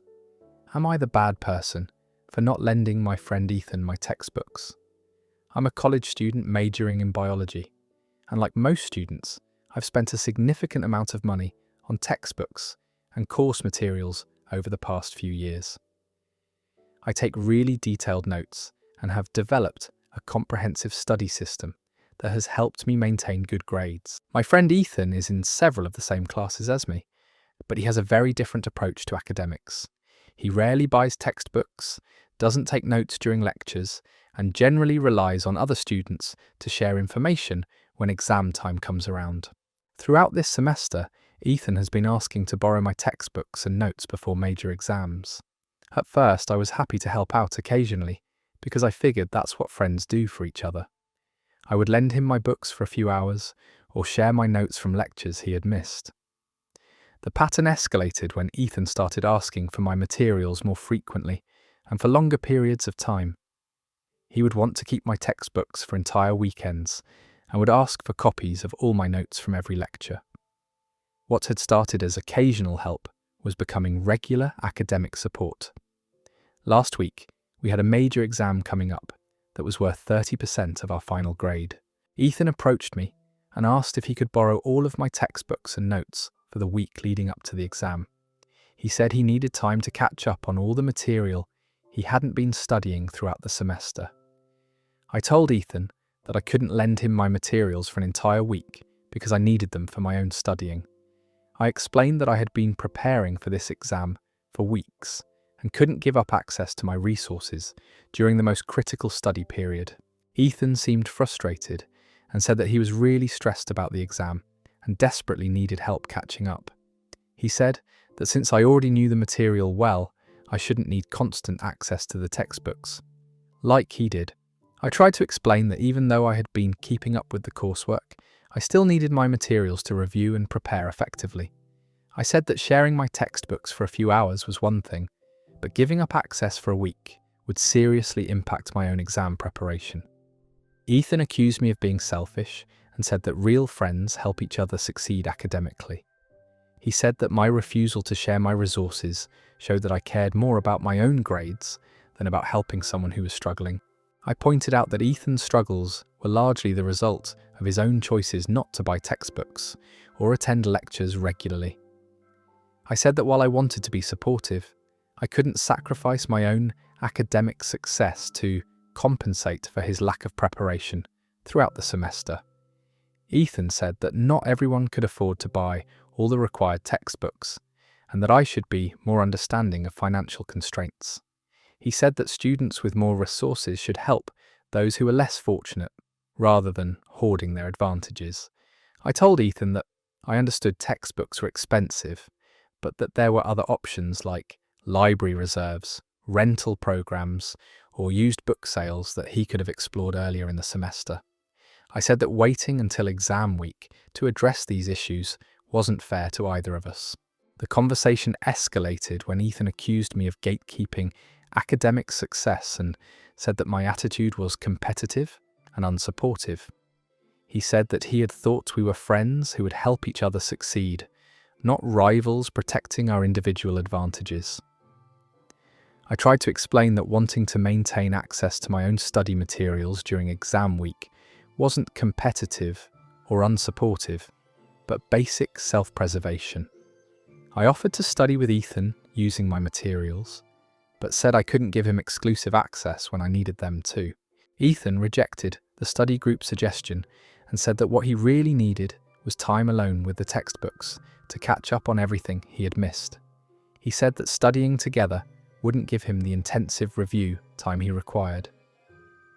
Since that conversation, Ethan has been distant and makes passive-aggressive comments about people who don't help their friends when it really matters. He did poorly on the exam and has been implying that his performance was partly my fault for not sharing my resources. That story is over. Ethan really spent a whole semester avoiding textbooks and lectures, then expected his friend to hand over all their study materials during the most important week. The gatekeeping academic success argument is rich coming from someone who chose not to engage academically all semester long. Personal responsibility doesn't disappear just because exam week arrives and panic sets in.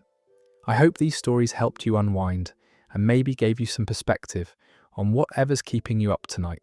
Sometimes there's nothing quite like hearing about other people's drama to put your own life into context. Thanks for hanging out with me through all these wild tales. Sleep well, and I'll catch you in the next one.